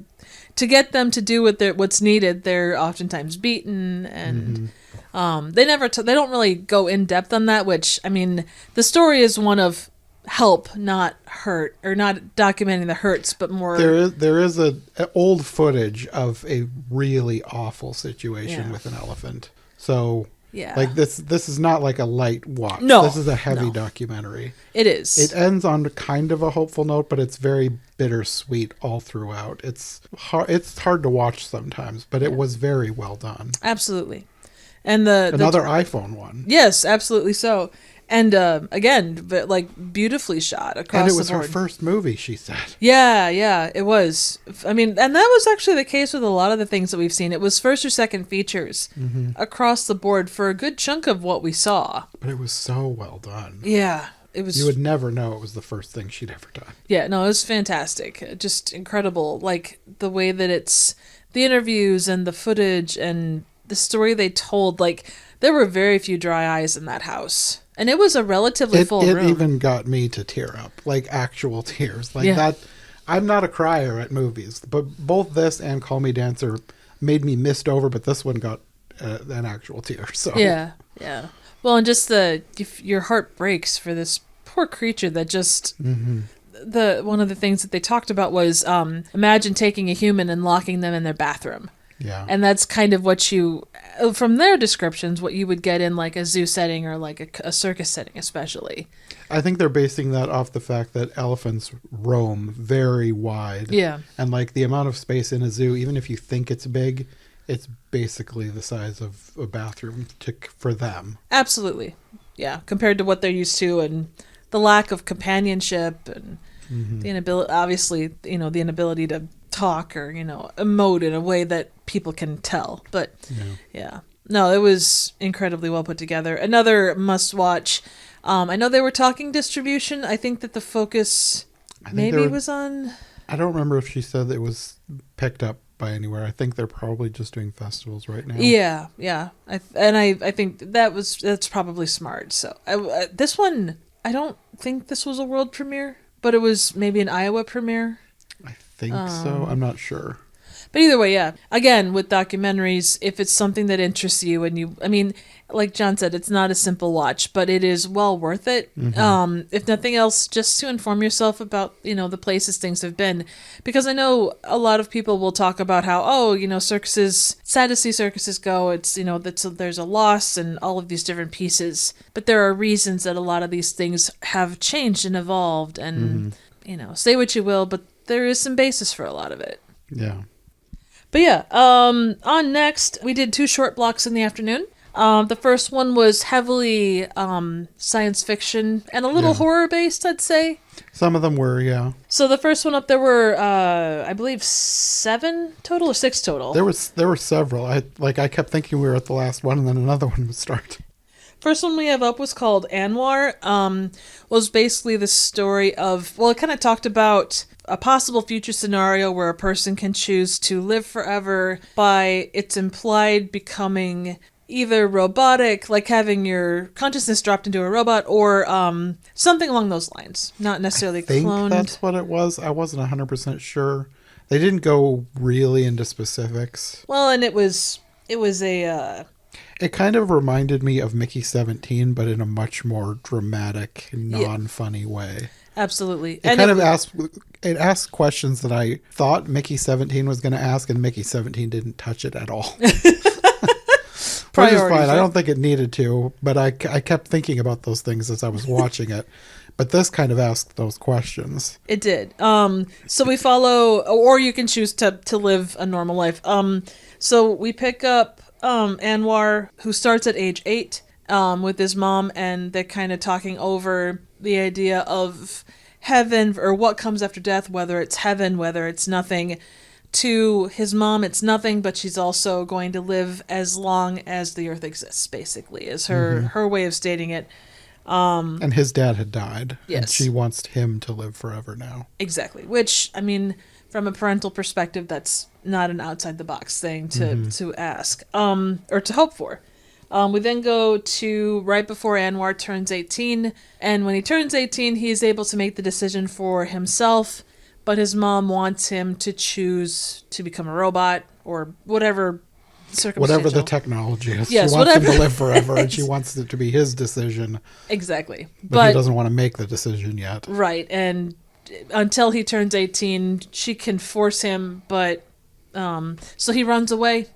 So then we go to when he's 80 and on his way out, and he asks to be transformed, but then he decides that he wants to find out what's next on his own, and that's kind of where it ends. Not happy, but for him, he got to choose and live his life accordingly. Yeah.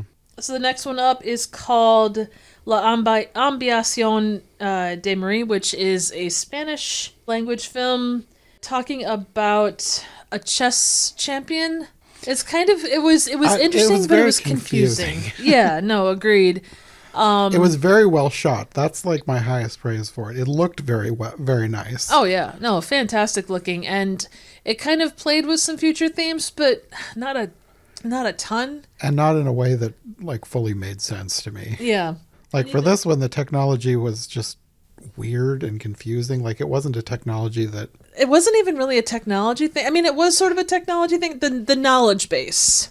Maybe it was like a drug thing, because they were talking about like performance enhancing. The way that it seemed like they were going was like people, and maybe anybody, but like specifically this woman who is a chess master or wanted to be, got like a tattoo on her brain that made her better. I think that what they were aiming for was there's no way to enhance the mind's performance consistently. Like doping is very hard for something like chess. But there was something that they had discovered where tattooing a certain area of the brain stimulated the brain to be able to think on a different level. Basically was what I got out of it. Maybe.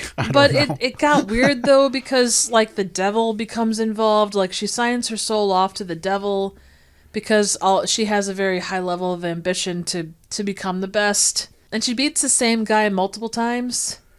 I think he was beating her. Well, yeah, he beats her, and then she comes back and beats him. Oh, okay. With a couple of different. I was confused about. Yeah, things. no, I think we're on the same page as far as like it was a very well put together story, but it was very confusing. Towards the end, it's like it seemed like she committed suicide, but then this tattoo artist comes back and she's like, it looks like she's tattooing the air above her body, and then she wakes up, and it was supposed to be like she got a tattoo on her soul, and right. It revived her somehow. I don't know. And is she dead? Is she alive? There was Polaroids that she which showed. We don't see, so we don't know what it was. Yeah, there were Polaroids that she shows the devil, and basically it seems like she's bribed him, like not bribed him, but like done something. She beat him. So yeah, exactly. There was no golden fiddle though, so we don't really know. Yeah, I don't know. I was confused by it. But yeah, beautifully shot. The set design was fantastic. I'm sure it was probably shot in some really cool hotel. Yeah, it looked great. Yeah, no, absolutely. I just didn't understand the story. Yeah, and whether that's us or whether that's them, we're not 100% sure. But next one up is called Marina. The idea is that there's a woman who is taking care of her father who has dementia in an older house, and there's leaks all over the place coming through the ceiling from the second floor down to the first floor. And it seems like there could be potentially something supernatural with the leaks because like there's also fish and maybe seaweed coming in through the cracks. Yeah. And her father, I believe, like the way he talked, he made some reference to the sea, like accepting the sea. Now, whether that is like metaphorically, whether he was like a boat captain or someone in the Navy, because there was a teddy bear that had like a life vest on. And I initially, before it ended, I kind of assumed that it was kind of a metaphor for like being overwhelmed by trying to take care of her father. But then the way the last 5 minutes go, it doesn't really follow. It kind of goes in the opposite direction. Yeah, they like get swallowed up by the sea. Yeah. And she's like it was really well shot. She's like taking care of him under the water and yeah, they're like lying in bed having right. Klondike bars. Yeah, there was a weird thing with Klondike bars. She's got like a broken hand or a sprained wrist or something. It was another one that it probably made sense if you had someone there to kind of explain it. And again, I don't know if it was us or just something that was lost in translation. I think this one was more metaphor than anything, and maybe it was done that way purposely to leave it up to interpretation. Possibly. I don't know. Like it was really well shot. And again, like John said, the last 5 minutes was fascinating. Whether they filmed it under like in a pool or, they did something CGI based or what. The director wasn't there, which would have been cool to have because we had a lot of questions. Yeah. The next one up is called Nap. And basically you have 4 people that are taking part in some kind of an experiment where all they have to do is go to sleep. They have to be asleep at 4:30 in the morning, and if they're not asleep, they'll basically be exploded. I think they were talking about like microwaves. Yeah, they would be microwaved to death, but if they were asleep, they would be saved from the microwaves, which scientifically makes 0 sense. Yeah, I think of these, it's probably the most. It's very kind of sci-fi horror. Like there was a lot of sci-fi, but this was very sci-fi horror. Yeah. It got a little strange quickly, but the story kind of follows the one guy that can't go to sleep, and there's about 10 minutes before he has to be asleep to save his life, so he runs himself into a wall, gives himself a concussion, and then you find out that when he fell and hit the ground, he apparently woke up everybody else, and they all basically fried. Yeah. So R.I.P. to them. They seemed like really nice people. You see different variations on this, and from a horror perspective, I really enjoyed it. Like, it was a very tight story. It was well told. It was interesting. And you kind of even get like this you don't see a lot of them, but you do get like this sleazy kind of corporate guy. The way he was talking, he was like Thanos if Thanos was a weirdo. Yeah, well, Thanos. Because like he was talking like he wanted to do this to the entire world for some reason. Yeah, and I don't remember them saying why they wanted to do it, but their plan was to experiment with these folks and then, go out and do it to everybody. So if you have problems falling asleep, make sure that you're asleep at 4:30 in the morning from here on out, I guess, is the message there. R.I.P. night shift hotel workers. Yeah, exactly. I'd have been dead a few years ago. Yeah, no. Well, and considering my sleep schedule, that would have been pretty well out of luck as well. The next one up is another kind of, I think maybe you understood this better than I did, pulpitum. I don't know that I understood. This one also confused me. I'm not sure exactly what was going on. It was some type of, part of it reminded me of Stranger Things, specifically when she's like in the water, like looking for someone. But it wasn't all like that. There was also this cult, and I don't really know what the cult was doing.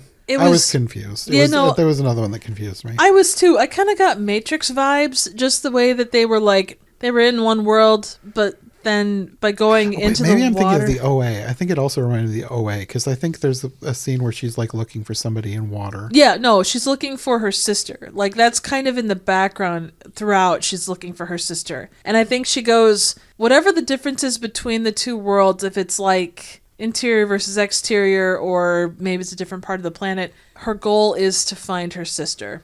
But at one point she's got her head in water, and she has all the like the leads to her brain activity and stuff on, and she can't concentrate well enough or something. Mm-hmm. But there's an evil cryptic cult.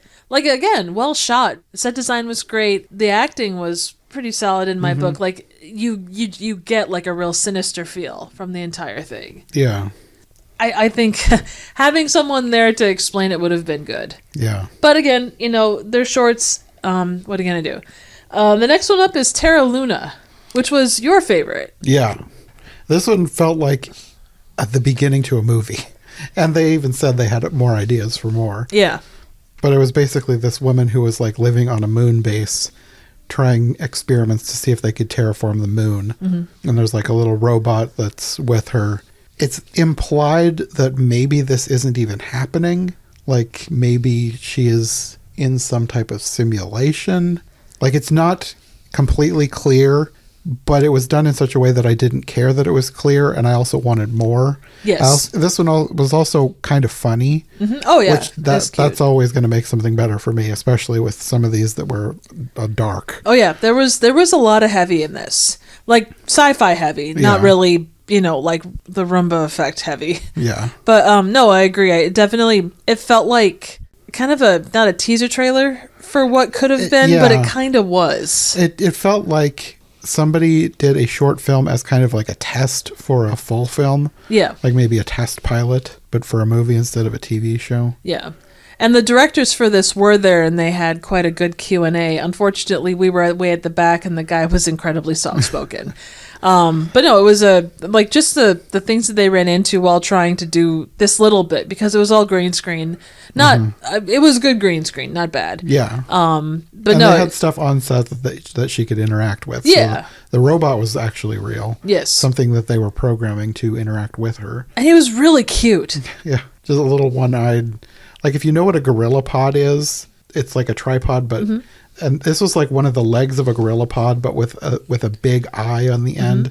But the eye is kind of cute. Yeah. Like a cute robot eye. It'd be like if Hal from 2001: A Space Odyssey wasn't a megalomaniac level crazy guy. So the last one is the Lethe, which was essentially 3 college students kind of program this thing that can rewrite the way your memory works. And they practice on one person, and they find that they can do it. They take it to their professor, and they can either turn it as an assignment to get credit, but then lose the intellectual property rights to it because it would belong to the college, or not turn it in and monetize it themselves, which the technology was cutting edge. It could change lives for a lot of people. One of them was dependent on a good grade in this class, and the other one wants to go full monetization, and the other one in the middle is kind of, she doesn't want to do it, but she's not going to stand up as strongly. Yeah. And things go south. And this was my personal favorite. The way that it's played is very good. It's a relatively small concept, but it worked on multiple levels, and the ending is relatively dark, but I thought it was very well done. The whole thing was very well done. I prefer movies where good wins. No, I good 100%. Did not win in this one. No, not remotely. And it ends with a very smirky grin. Yeah. But yeah, it's very enjoyable. But as a short, it was very well done. Yeah, it told a complete story in a relatively short amount of time and was very, very well done. Yeah. So, and not confusing at all, like some of the ones that had come before it. Yeah, no, I agreed. Of them, it's probably the most straightforward, kind of like classic kind of horror sci-fi thing. Yeah. Science gone wrong, I suppose, for lack of a better term. Depends on who you ask. It went right for somebody in the short. All right, the last thing that we saw was actually a block of shorts that were done by young filmmakers. So ideally speaking, people under the age of 18, Although the one studio that kind of submitted a fair amount of them worked with people up to age 25. Yeah. But yeah, basically it was under 18s for the most part. And 4th and 5th graders all the way up to high school students. Yeah. So it's pretty incredible what we saw. The first one up is called Broken Reflection, which it almost felt a little bit ghost or paranormal-esque, but it turns out that it's more kind of memory-based. Yeah. This young lady sees reflections of her, just reflections of a gentleman in multiple surfaces, and it turns out that it was an abusive boyfriend, we think. Yeah. Or partner of some sort. But at the end, there's a whole bunch of mirrors, and she sees his reflection, and then she relives all of these moments where he was quite abusive. She picks up one mirror that has fallen, and it's cracked, and it seems like she's able to be free of all of the issues, I think. Maybe. I think. It wasn't exactly clear, but, like, I didn't mind that it wasn't clear. Yeah. It wasn't confusing like the others were. Like, this is one where I think that the point is to think about it. Yes. Whereas the other ones, I think it needed a rewrite or two. Yeah, just a little bit. Well, and again, you're working with, and not to say that under 18s can't tell a full story, because this was. For something done by probably kids, it was very well done. Oh, yeah, definitely so. I mean, it dealt with Sound design. Oh. Sound design was great. It was very quiet for a while, and then there was a whistling tea kettle that just kept getting louder and louder and louder. Yeah. And it kind of, at one point, when they get to scenes of previous abuse, the actual arguments are muffled. Mm-hmm. And then, like John said, the tea kettle gets louder and louder as it goes. The idea of the mirrors and such is always a good metaphor, like whether it's a reflection thing, whether you're, like, the broken reflection is always a good one. It's solid across the board. I think it was probably the most professional of the ones that we saw, I would say. Probably. The way it was shot, because it was well shot too. Like, it was incredibly well shot. They worked with reflections. They worked with different elements like that were consistent and very well done. So. Yeah, because it was the one that felt more like a traditional short film. Because after this, you could tell they were made by kids, not in a bad way. Like, I enjoyed that you could tell that they were made by kids. Oh, yeah. And even as being made by kids, there was one that was kind of not as strong, but you're not going to call those out because it was actually the kids for the most part doing every single part of them. Yeah.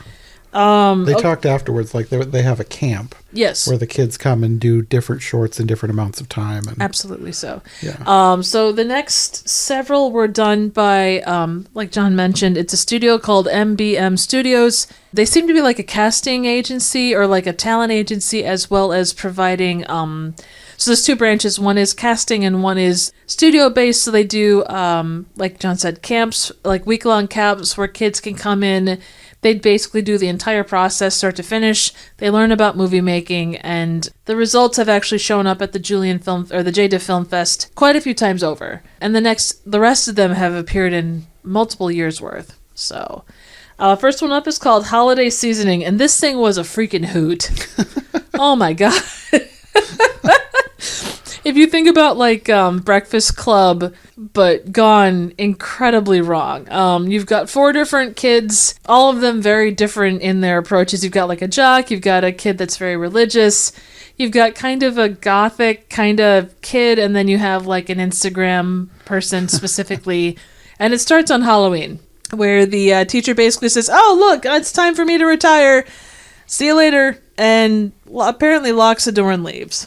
They're in detention. Yes, they're in detention. And it's, they're talking about not being able to get out, and then all of a sudden it's Thanksgiving, and they're finishing up on what's left of their candy, and then they go to Christmas, and throughout all this time they're decorating and doing other stuff in addition to dealing with the fact that they've been locked in detention, and they can't seem to get out. Just don't question why nobody's searching for them, why they haven't died of malnutrition, why they don't have a bathroom. Well, I mean, the reason they don't die of malnutrition is because they start to off one another. I mean, somebody I feel like would have died before Christmas. You would think, but sugar these days is different than sugar was back in the day, It has longer lasting effects apparently. Maybe they ate the bucket. I mean, we do see less Halloween and Christmas decorations. Maybe they got onto eating the garland at one point or another. But it's they off one person, and then that person comes back as a ghost, and as it goes along, more of them die, and it's very morbid, but it's also very, very funny. It was like a horror comedy, so yeah. it's not like disturbing. No, absolutely not. It is as light as horror of that respect can be. But no, it was adorable. I really enjoyed it. It was relatively well shot. They pulled in a lot of stuff. They were working in a very small room. Yeah. They played the classic comedic bits very well, where they can't open the doors, but they're pushing the doors instead of pulling them. It's cute. Yeah. So, the next short up is called The Hawthorne Horror, and I think this one was probably either tied for my favorite or shortly or just a tiny bit below my favorite. Yeah. This one was ridiculous in the best way. Oh, yeah. And I think it had, like, on camera, it had the youngest kids, too. Yeah, I think so. But they were all kids who could act in a way that is ridiculous. Like, they're not, like, believable as the characters they're playing. No. But they're believable as kids putting on a play and just really selling their parts. Oh, 100%. And just some of there's a kid that's a cowboy, and they're all influencers. The ridiculous influencers. The cowboy, I think, was my favorite. Not a cowboy, a cowman. And don't call them ponies. They're horses. Then there was kind of a rapper type kid, kind of an Eminem type of rapper, and then there's an interior design child. Yes. But it almost sets up a little like Clue, a little like House on Haunted Hill. There's a little old lady who is also a child in a wig. Yeah, a terrible wig. And her butler. You can't forget the butler. A terrible wig hiding a terrible bald cap. Yes. Which there is reason for. I think my favorite though was the butler. Like just the everyone arrives and the interior designer and the butler get into placement of a bottle. Their back and forth was ridiculous. Oh, it was fantastic. Ridiculous in the good way. Like sometimes with the repeated gag like that, it can get old, but they did it in such a way that it did not get old. And they went back to it a couple times and it was still funny. Yeah. And at one point, the bottle, obviously a breakaway bottle, but is broken on the back of the poor butler kid's head. Oh, my goodness. And then all that they had to do to be able to win prizes, and I don't think prizes was ever... I guess it was. It was like her estate. Like she was going to die of whatever disease made her bald. I don't remember what they said it was. I think it was a made-up disease. Oh, yeah, absolutely. And then she was leaving. Whoever could look into her vase the longest would get her mansion and fortune and her cat. Yes, her cats, which she had apparently several, only we ever see one, but not the point. And every single one of them looks into the vase and they are absolutely disgusted by what they see.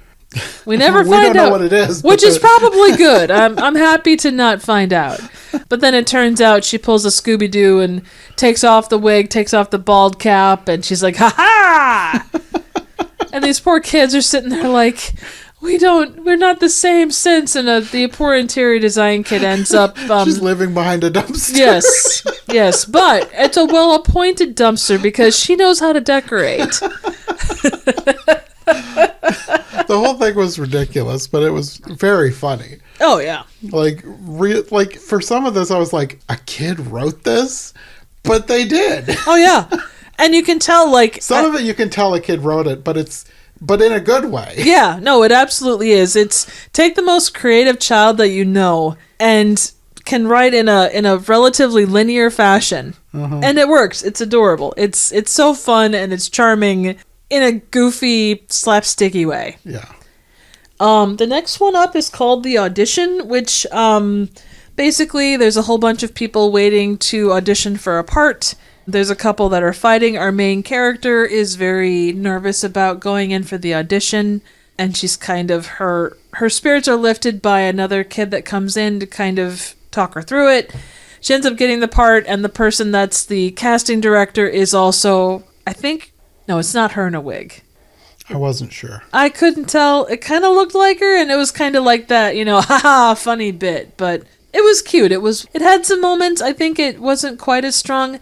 This one is the one that felt most like just a kid did it, and a kid had fun making it. Absolutely, and that's It wasn't anything that surprised me like, wow, I can't believe a kid did this. It was like, a kid did this, and they did a good job. They did. They absolutely did. And you could tell that there was a lot of love and time put into it. Yeah. They did some great shots. There was a lot of moving parts with it. So they managed to do quite a few different scenarios. It worked well. Yeah. So the last one that we have is called Mistletoe Dart, which is based off of a Norse myth. Yeah.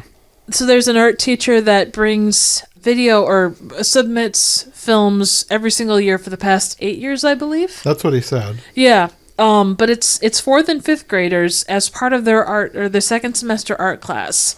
So they work on this for months. Yeah. So an entire semester. Yeah. It seems. And the 4th graders handle certain aspects like background design, storyboarding, things like that, and then the 5th graders take care of other aspects of it. But it's all this time, and I don't know if it was an across the board thing or if that was just this year, but it's stop motion. Yeah. And very well done. Oh my goodness. Stop motion is not simple to start with, but they vote on what they want to cover, and they picked this Norse myth. It's storyboarded by them. Its lines are written by them. Every single background piece is done by them, like the whole process. Voices are done by them. And then he said he sends the film off to the music department, and the kids write the music too. Yeah, it is a fantastically cool experience. Yeah. And we talked to a lady afterwards who's been doing the film fest for quite a few years. And I think her own kids were involved in it at one point or another. But she was talking about how every year it progresses and it becomes better and better and better. Yeah, she was saying, like, she thinks, like, it's always different kids, but she thinks that the teacher is getting better on how he does the class. Oh, 100%. And it shows in every film that is submitted. Yeah, and every part of it was just, it was charming and funny. Yeah, and it was very funny. Oh, yeah. And, like, every part of it is just, I wish there was a way to see this. Like, of all of these shorts, I wish there was a way to see this one. Because it was, to see it and without context, you would say, okay, kids voiced it, that's cute. But every part of this was done by kids. Yeah. They all brought their different art styles to the characters. And there's multiple characters on screen at the same time doing multiple things. So it's not like you're moving one thing. And even with the characters, they had different mouths for them. Yeah. And they could actually, one of their lessons was learning the different ways you could do mouth animation. One was having multiple different mouths that you replaced. One was kind of doing like a Pac-Man type mouth. And the third one was like a South Park where the whole head moves. Mm-hmm. And the kids learned how to do those aspects, and then they could choose how they wanted their characters to speak. Mm-hmm. And yeah, it's just, I was blown away. I think the funniest part to me was like not part of the movie itself, but it was interrupted by a skippable ad. Oh yeah.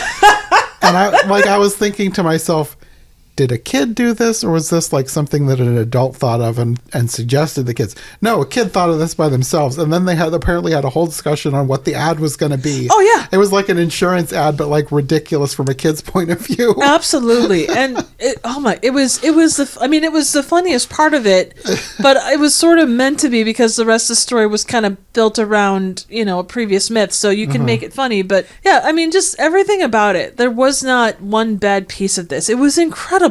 Yeah. And adults doing it wouldn't have been able to do as well. No. In the amount of time that they had to do it. Yeah. Like, it was incredible. It was so well done. Yeah. Like, kudos to this art teacher to look outside the box and to do something so unique. Yeah. I'm so glad that was the one we ended with, because that was like the perfect way to end the night. Oh, yeah.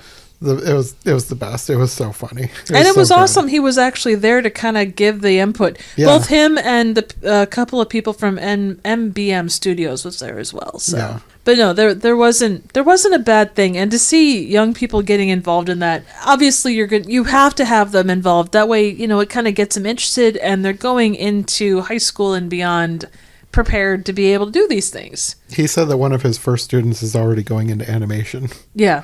And that ignites a fire under them to be able to try something that is so, it's something that will serve them as they go along. Yeah. So, but yeah, no, absolutely. And that's kind of our day. It was a full day, no doubt. It's very full. Yeah. So, I don't know. So of everything that we've seen so far, I know we've talked about it a little bit, but what was your favorite piece today? Short or feature? They're so different. I suppose maybe Call Me Dancer, but Mistletoe Dart was very good. Yeah.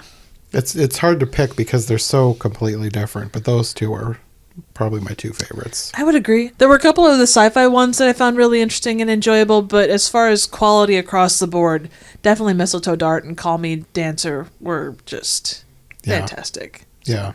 So I think that's it for today, I think. Yeah, well, that's what we watched. Yes. A lot of stuff. Yeah. Well, and I think, too, just because we had those 2 short blocks, there is a lot more to report on, a lot more diversity in what we saw. Yeah. But it was a solid day, a good day. Very much. Well, we have one more day left. We have a short block tomorrow before I have to head home. So I guess we'll report back when we and we'll watch see those. And we'll see if I was right or wrong on the popular vote. Yes, at the awards find tonight. Out who won. Oh, and we didn't do the red carpet just because we weren't really dressed for it. We didn't want to show up everybody else by appearing in our fanciest clothes. Yeah. So. Okay, well, we'll see you tomorrow. That is correct. Our last day. Yeah, that's crazy. It's gone so fast. Yes, very fast. Oof. But I think we ended on a pretty solid thing. Yeah, today was a good day. It was. First thing we watched was called Heart of Stone. Yes. And I liked this one until the end. Yeah. So basic story was there's a woman who does the living statue thing, does it very well. Yeah, when she first showed up on screen, I was looking at her like, okay, I know this is about a statue. Is this like one of those people who does a living statue, or is it supposed to be a literal living statue? It was both? It was. And the woman at the beginning was the person playing a living statue, like somebody who poses in the park with tourists. But she did it very well. She did. And she also was a person living as a statue. She was very to herself, not really taking part in the world, more watching it pass her by when she wasn't dressed as a statue.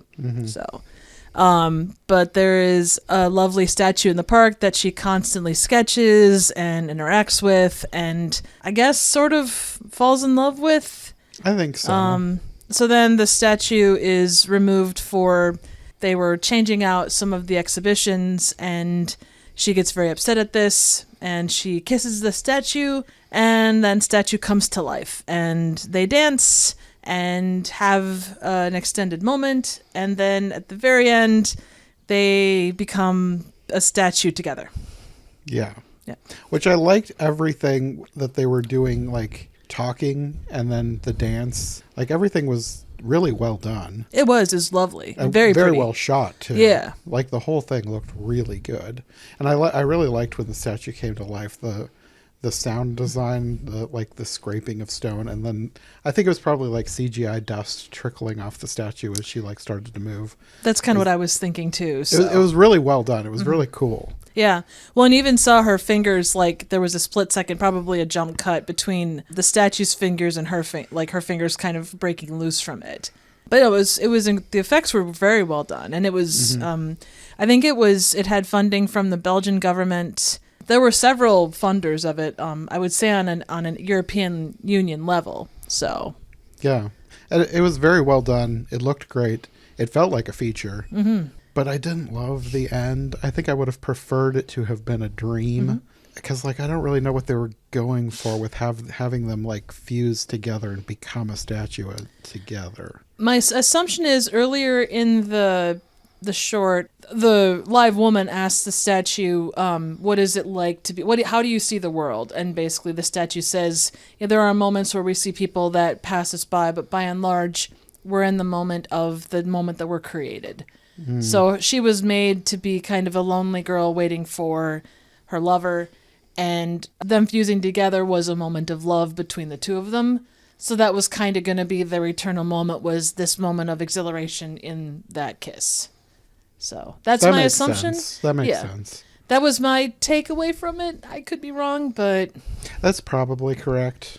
I think I would have preferred it if the living woman had stayed living instead of becoming a statue. Yeah, interacting with the world instead of retreating from it. But yeah. Like any story of this nature, it does something very abstract, and that's kind of where it starts and stops, I guess. So yeah. The next one up was called Watching Walter. It was a based on true story, or based on true events, I guess. Yeah, it was about a Holocaust survivor who became a watchmaker because while he was in the concentration camp, he was forced to help this guy repair watches for the Nazis.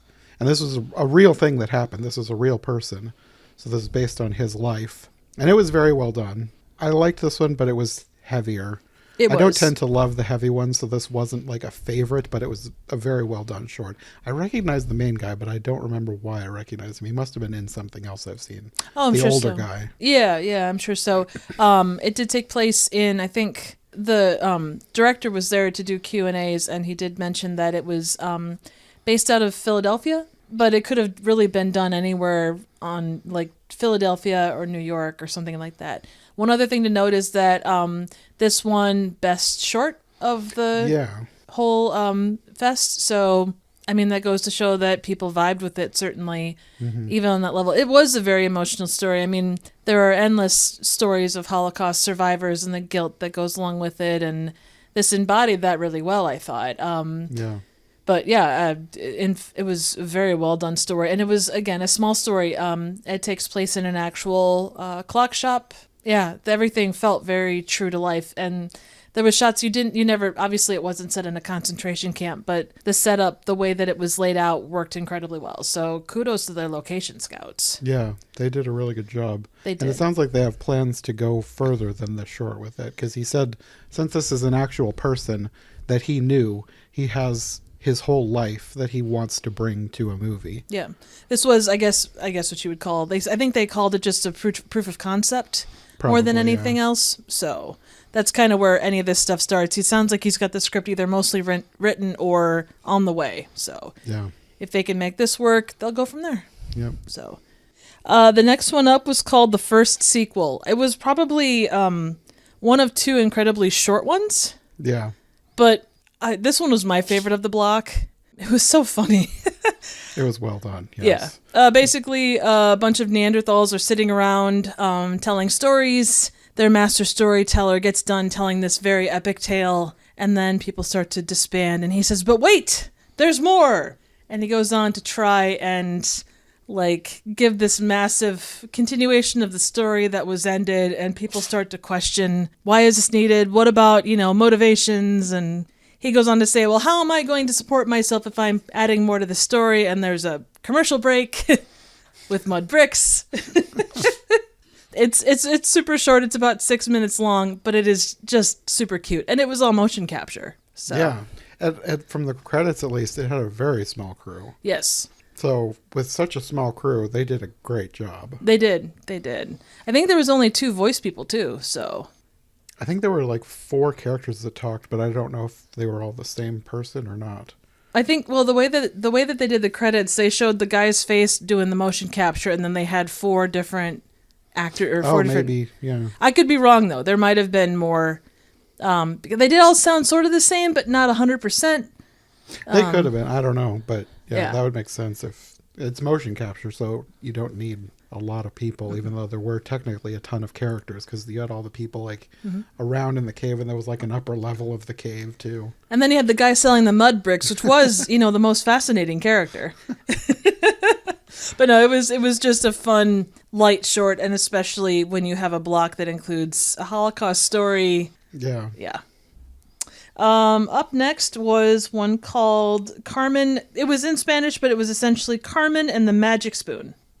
Carmen and the Wooden Spoon. Magic Spoon works too. It was a magic spoon. It was it was a magic spoon. I think the actual name, as it translated, was Carmen and the Wooden Spoon, according to the website. But either way, man, this one, I didn't cry at a lot of stuff, but man, this one hit me hard. It was animated. It was John described it as like a PBS kids show with extra budget. Yeah, that's what it felt like to me. Like that type of simple character design, but there was some more shading and Yep. yeah. It felt like a lower budget animation, but higher than regular low budget animation. Yeah.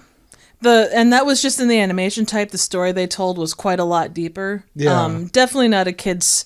Well, I suppose it could be a kid's story. It could be. Yeah, but it definitely hit on some relatively deep subjects.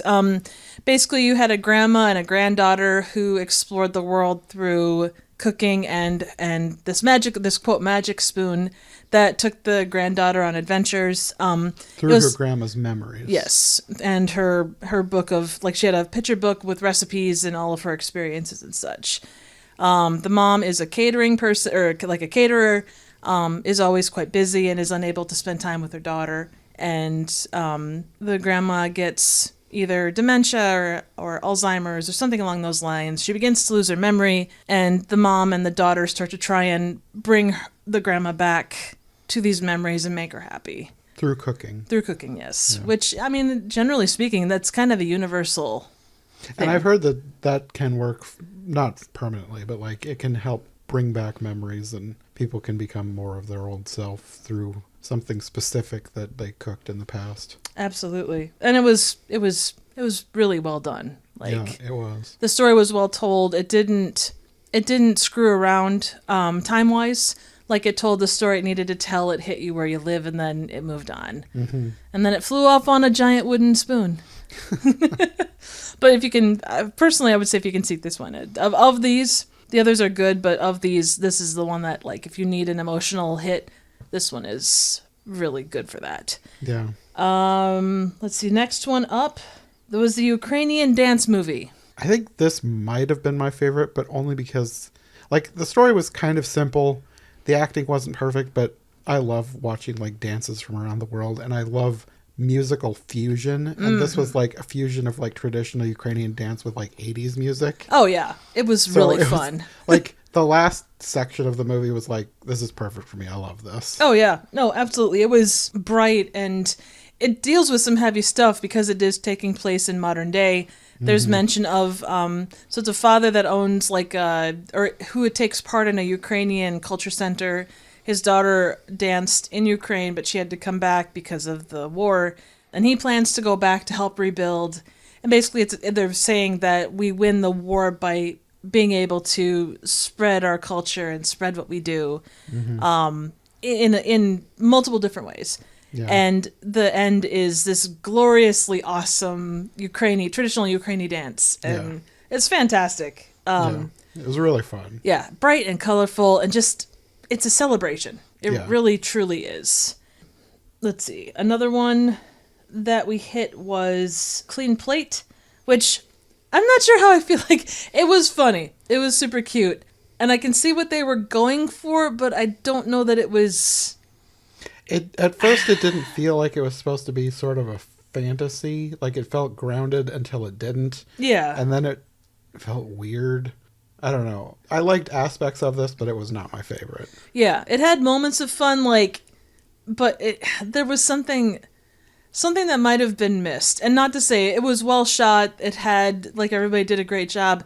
The essential stories, you've got this Michelin star chef who never has a dish come back that has anything on it. Everybody finishes their plates. He sends out this gorgeous looking fish, and the waiter comes back with it. He remakes it, it goes out and comes back almost immediately. And he goes out to check on the customer to see what he can do to make their meal better.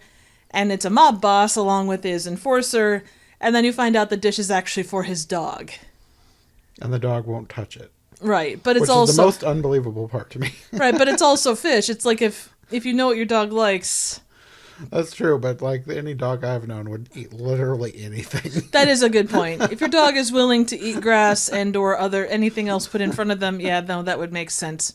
The story was cute. The dog was cute. There was just some... It took a weird turn towards the end because he said if you don't make the thing something my dog will eat, then somebody's going to lose their head. And then they were acting like they were going to chop off the waiter's head. Yeah. Which was just weird. Yeah. So he ends up making a steak, puts it in front of the dog. the dog's not touching the steak, but then he puts a steak on the floor and the dog goes to town and like finishes his plate, which ultimately is, good because, if you don't eat your meal, then you're not going to get any dessert, which could have very well been the waiter's head. The last one was Tango in Room 1310. Story was pretty simple again, but, with any short, the simpler story is normally better. A gent walks into a hotel room, gets all gussied up, and he goes out with a ring and a bunch of flowers to propose to his girlfriend. She never shows up and finally calls to say, hey, I'm sorry, I can't do this anymore. And then he goes back to his hotel room. Sad eats a giant thing of ice cream, which it's good to see that gentleman deal with the need for ice cream when they're sad as well. But then he sits down in front of the TV and a tango comes up on screen, and that apparently helps him to feel better. Well, I think he was the male dancer in the tango. I wasn't sure if the girl was supposed to be his girlfriend. I think, so it starts off, so it's on TV. It is initially a different couple, but then it turns into him and okay. I assume his girlfriend. We never see her, so it's kind of assumed. Yeah. And then the very end of it, there's a knocking at the door quite early in the morning, and the way the knocking goes kind of matches with a tango music. It was fine. Like, it was well shot. It was a simple story. Like, I wouldn't say it was my favorite, but it wasn't bad. No. It was good for what it was. Yeah, absolutely. It had some fun bits. Like, it was cute. Anyone going through a breakup, especially that level of breakup, could probably, relate to it. Mm-hmm. I suppose a tango is a style of dance that kind of goes along with sadness, or like, it's an emotional style of music or dance. So that might have been why it was a tango, but I'm not sure.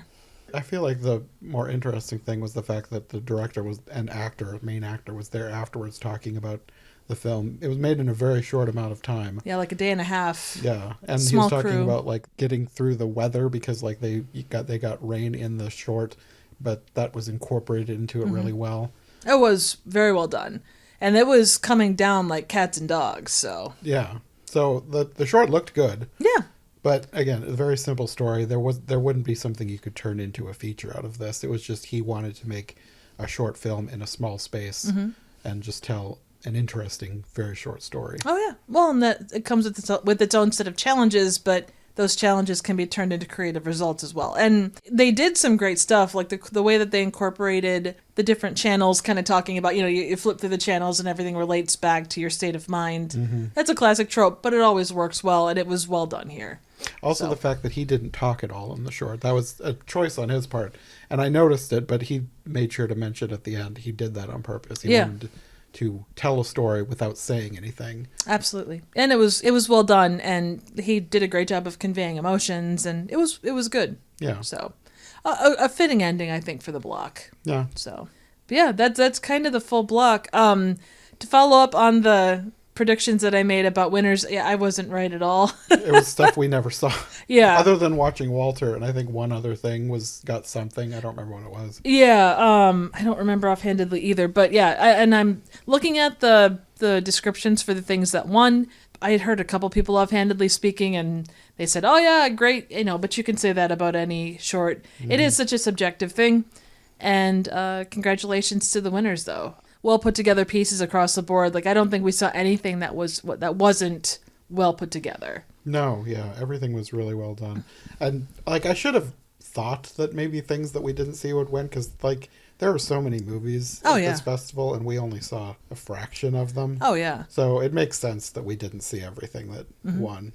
I mean, and the way that they break it down, there are 21 different short blocks, and those short blocks range average from 4 to about 7 items based on how long they are and everything. So, and there was 150 things total. So you're talking at least 80 odd shorts in addition to 40 or 50 odd features. No, sorry, more than that.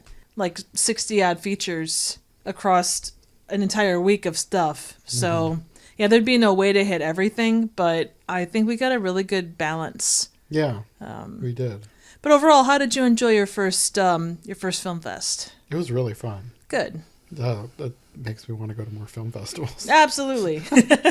Once they start you down the road, there's no going back. Ha ha ha ha ha. Yeah, I mean, it's all totally different stuff than I normally watch, but I like watching stuff. Like, I like going into things blind, and that's what film festivals are for usually. Oh, yeah. Like, we had a basic idea of what things were going to be about, but like, none of these are big budget Hollywood blockbusters that we're just waiting for them to be released. This is all stuff that we don't really know what we're getting into, and that's the fun of it. Oh, yeah, agreed.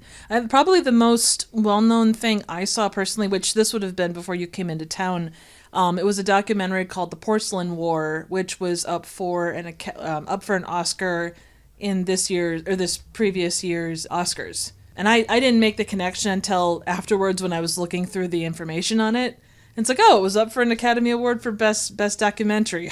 Oops. But no, that's probably the most well-known thing that I saw, and that was after the fact. I mean, a good chunk of these movies had some kind of Hollywood influence, whether it be an actor or, director or someone associated with someone, but with an industry as widespread as the filmmaking industry is, I think it'd be hard-pressed not to have some kind of influence one way or the other.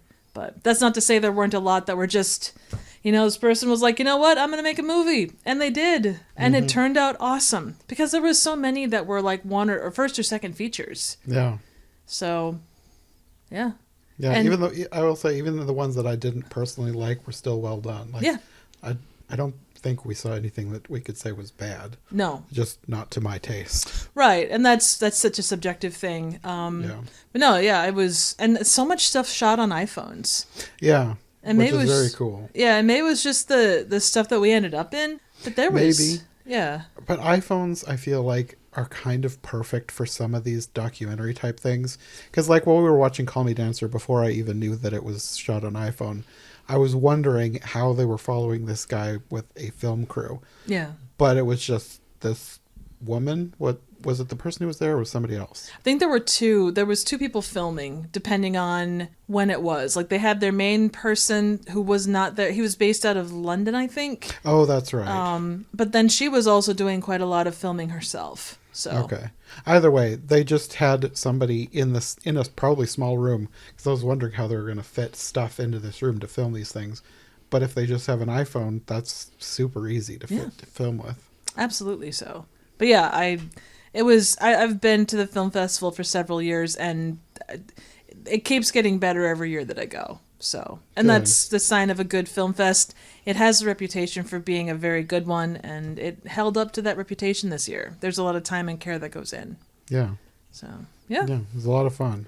Yeah, if you happen to find yourself in Dubuque, Iowa, on or about the second to last week of April, it's worth a shot to come on over and check it out. Prices aren't terrible, and it's a fun little town, and yeah. Yeah, we've done so much more than just the film festival. We tried all sorts of food from all over the world, and coffee shops, and there's places you can go for sightseeing. We didn't even see a fraction of what you could go to. No, absolutely. So. But I think I'm going to come back and do some more stuff. Nice. Well, we'll look forward to it. I appreciate you coming, man. I hope you had fun. Yeah, I did. Thanks for inviting me. You're welcome on your podcast. It's been fun having someone to discuss these with.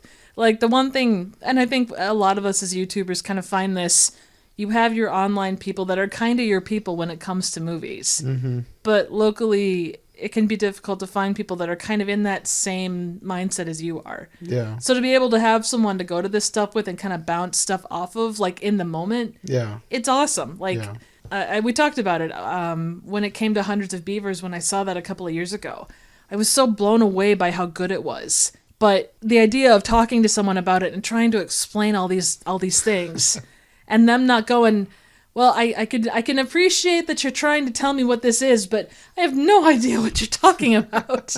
Until they're able to see it and go, oh my gosh, this or that. Like, it took a year to be able to get people to that point. Yeah. Which I'm grateful it got there, but it was maddening in the meantime. I can imagine. It's a bizarre film, even if you have seen it, but like if you haven't seen it, and to try and explain it to somebody and why it's good. Exactly. It's one that you just have to see. Absolutely. And, there was a lot of good stuff this year, but that level of weird we really haven't encountered, or we didn't encounter this year, but just that whole notion, it was so nice to have someone to be able to, again, just to talk to about stuff with. So I appreciate that. Yeah. It was really fun. Yeah. Well, that's probably all for now, but maybe we'll do this next year, and Absolutely. maybe we'll find something as weird as Hundreds of Beavers next year. We can only hope. Okay, well, thanks for inviting me. Thanks for doing this with me. Absolutely. We'll see you on the next thing. That's right. Ha ha ha! Thanks for listening. If you enjoyed this episode, make sure to subscribe and follow my co-hosts as well. My link tree and all of our links will be in the description below. If you want more of my content, all my podcasts are available on YouTube as well as most podcast platforms. If you enjoyed this show, check out one of the other podcasts or check out my Patreon for bonus and extended episodes you won't find anywhere else. We'll be back soon with another brand new episode, so thanks for listening and we'll see you next time.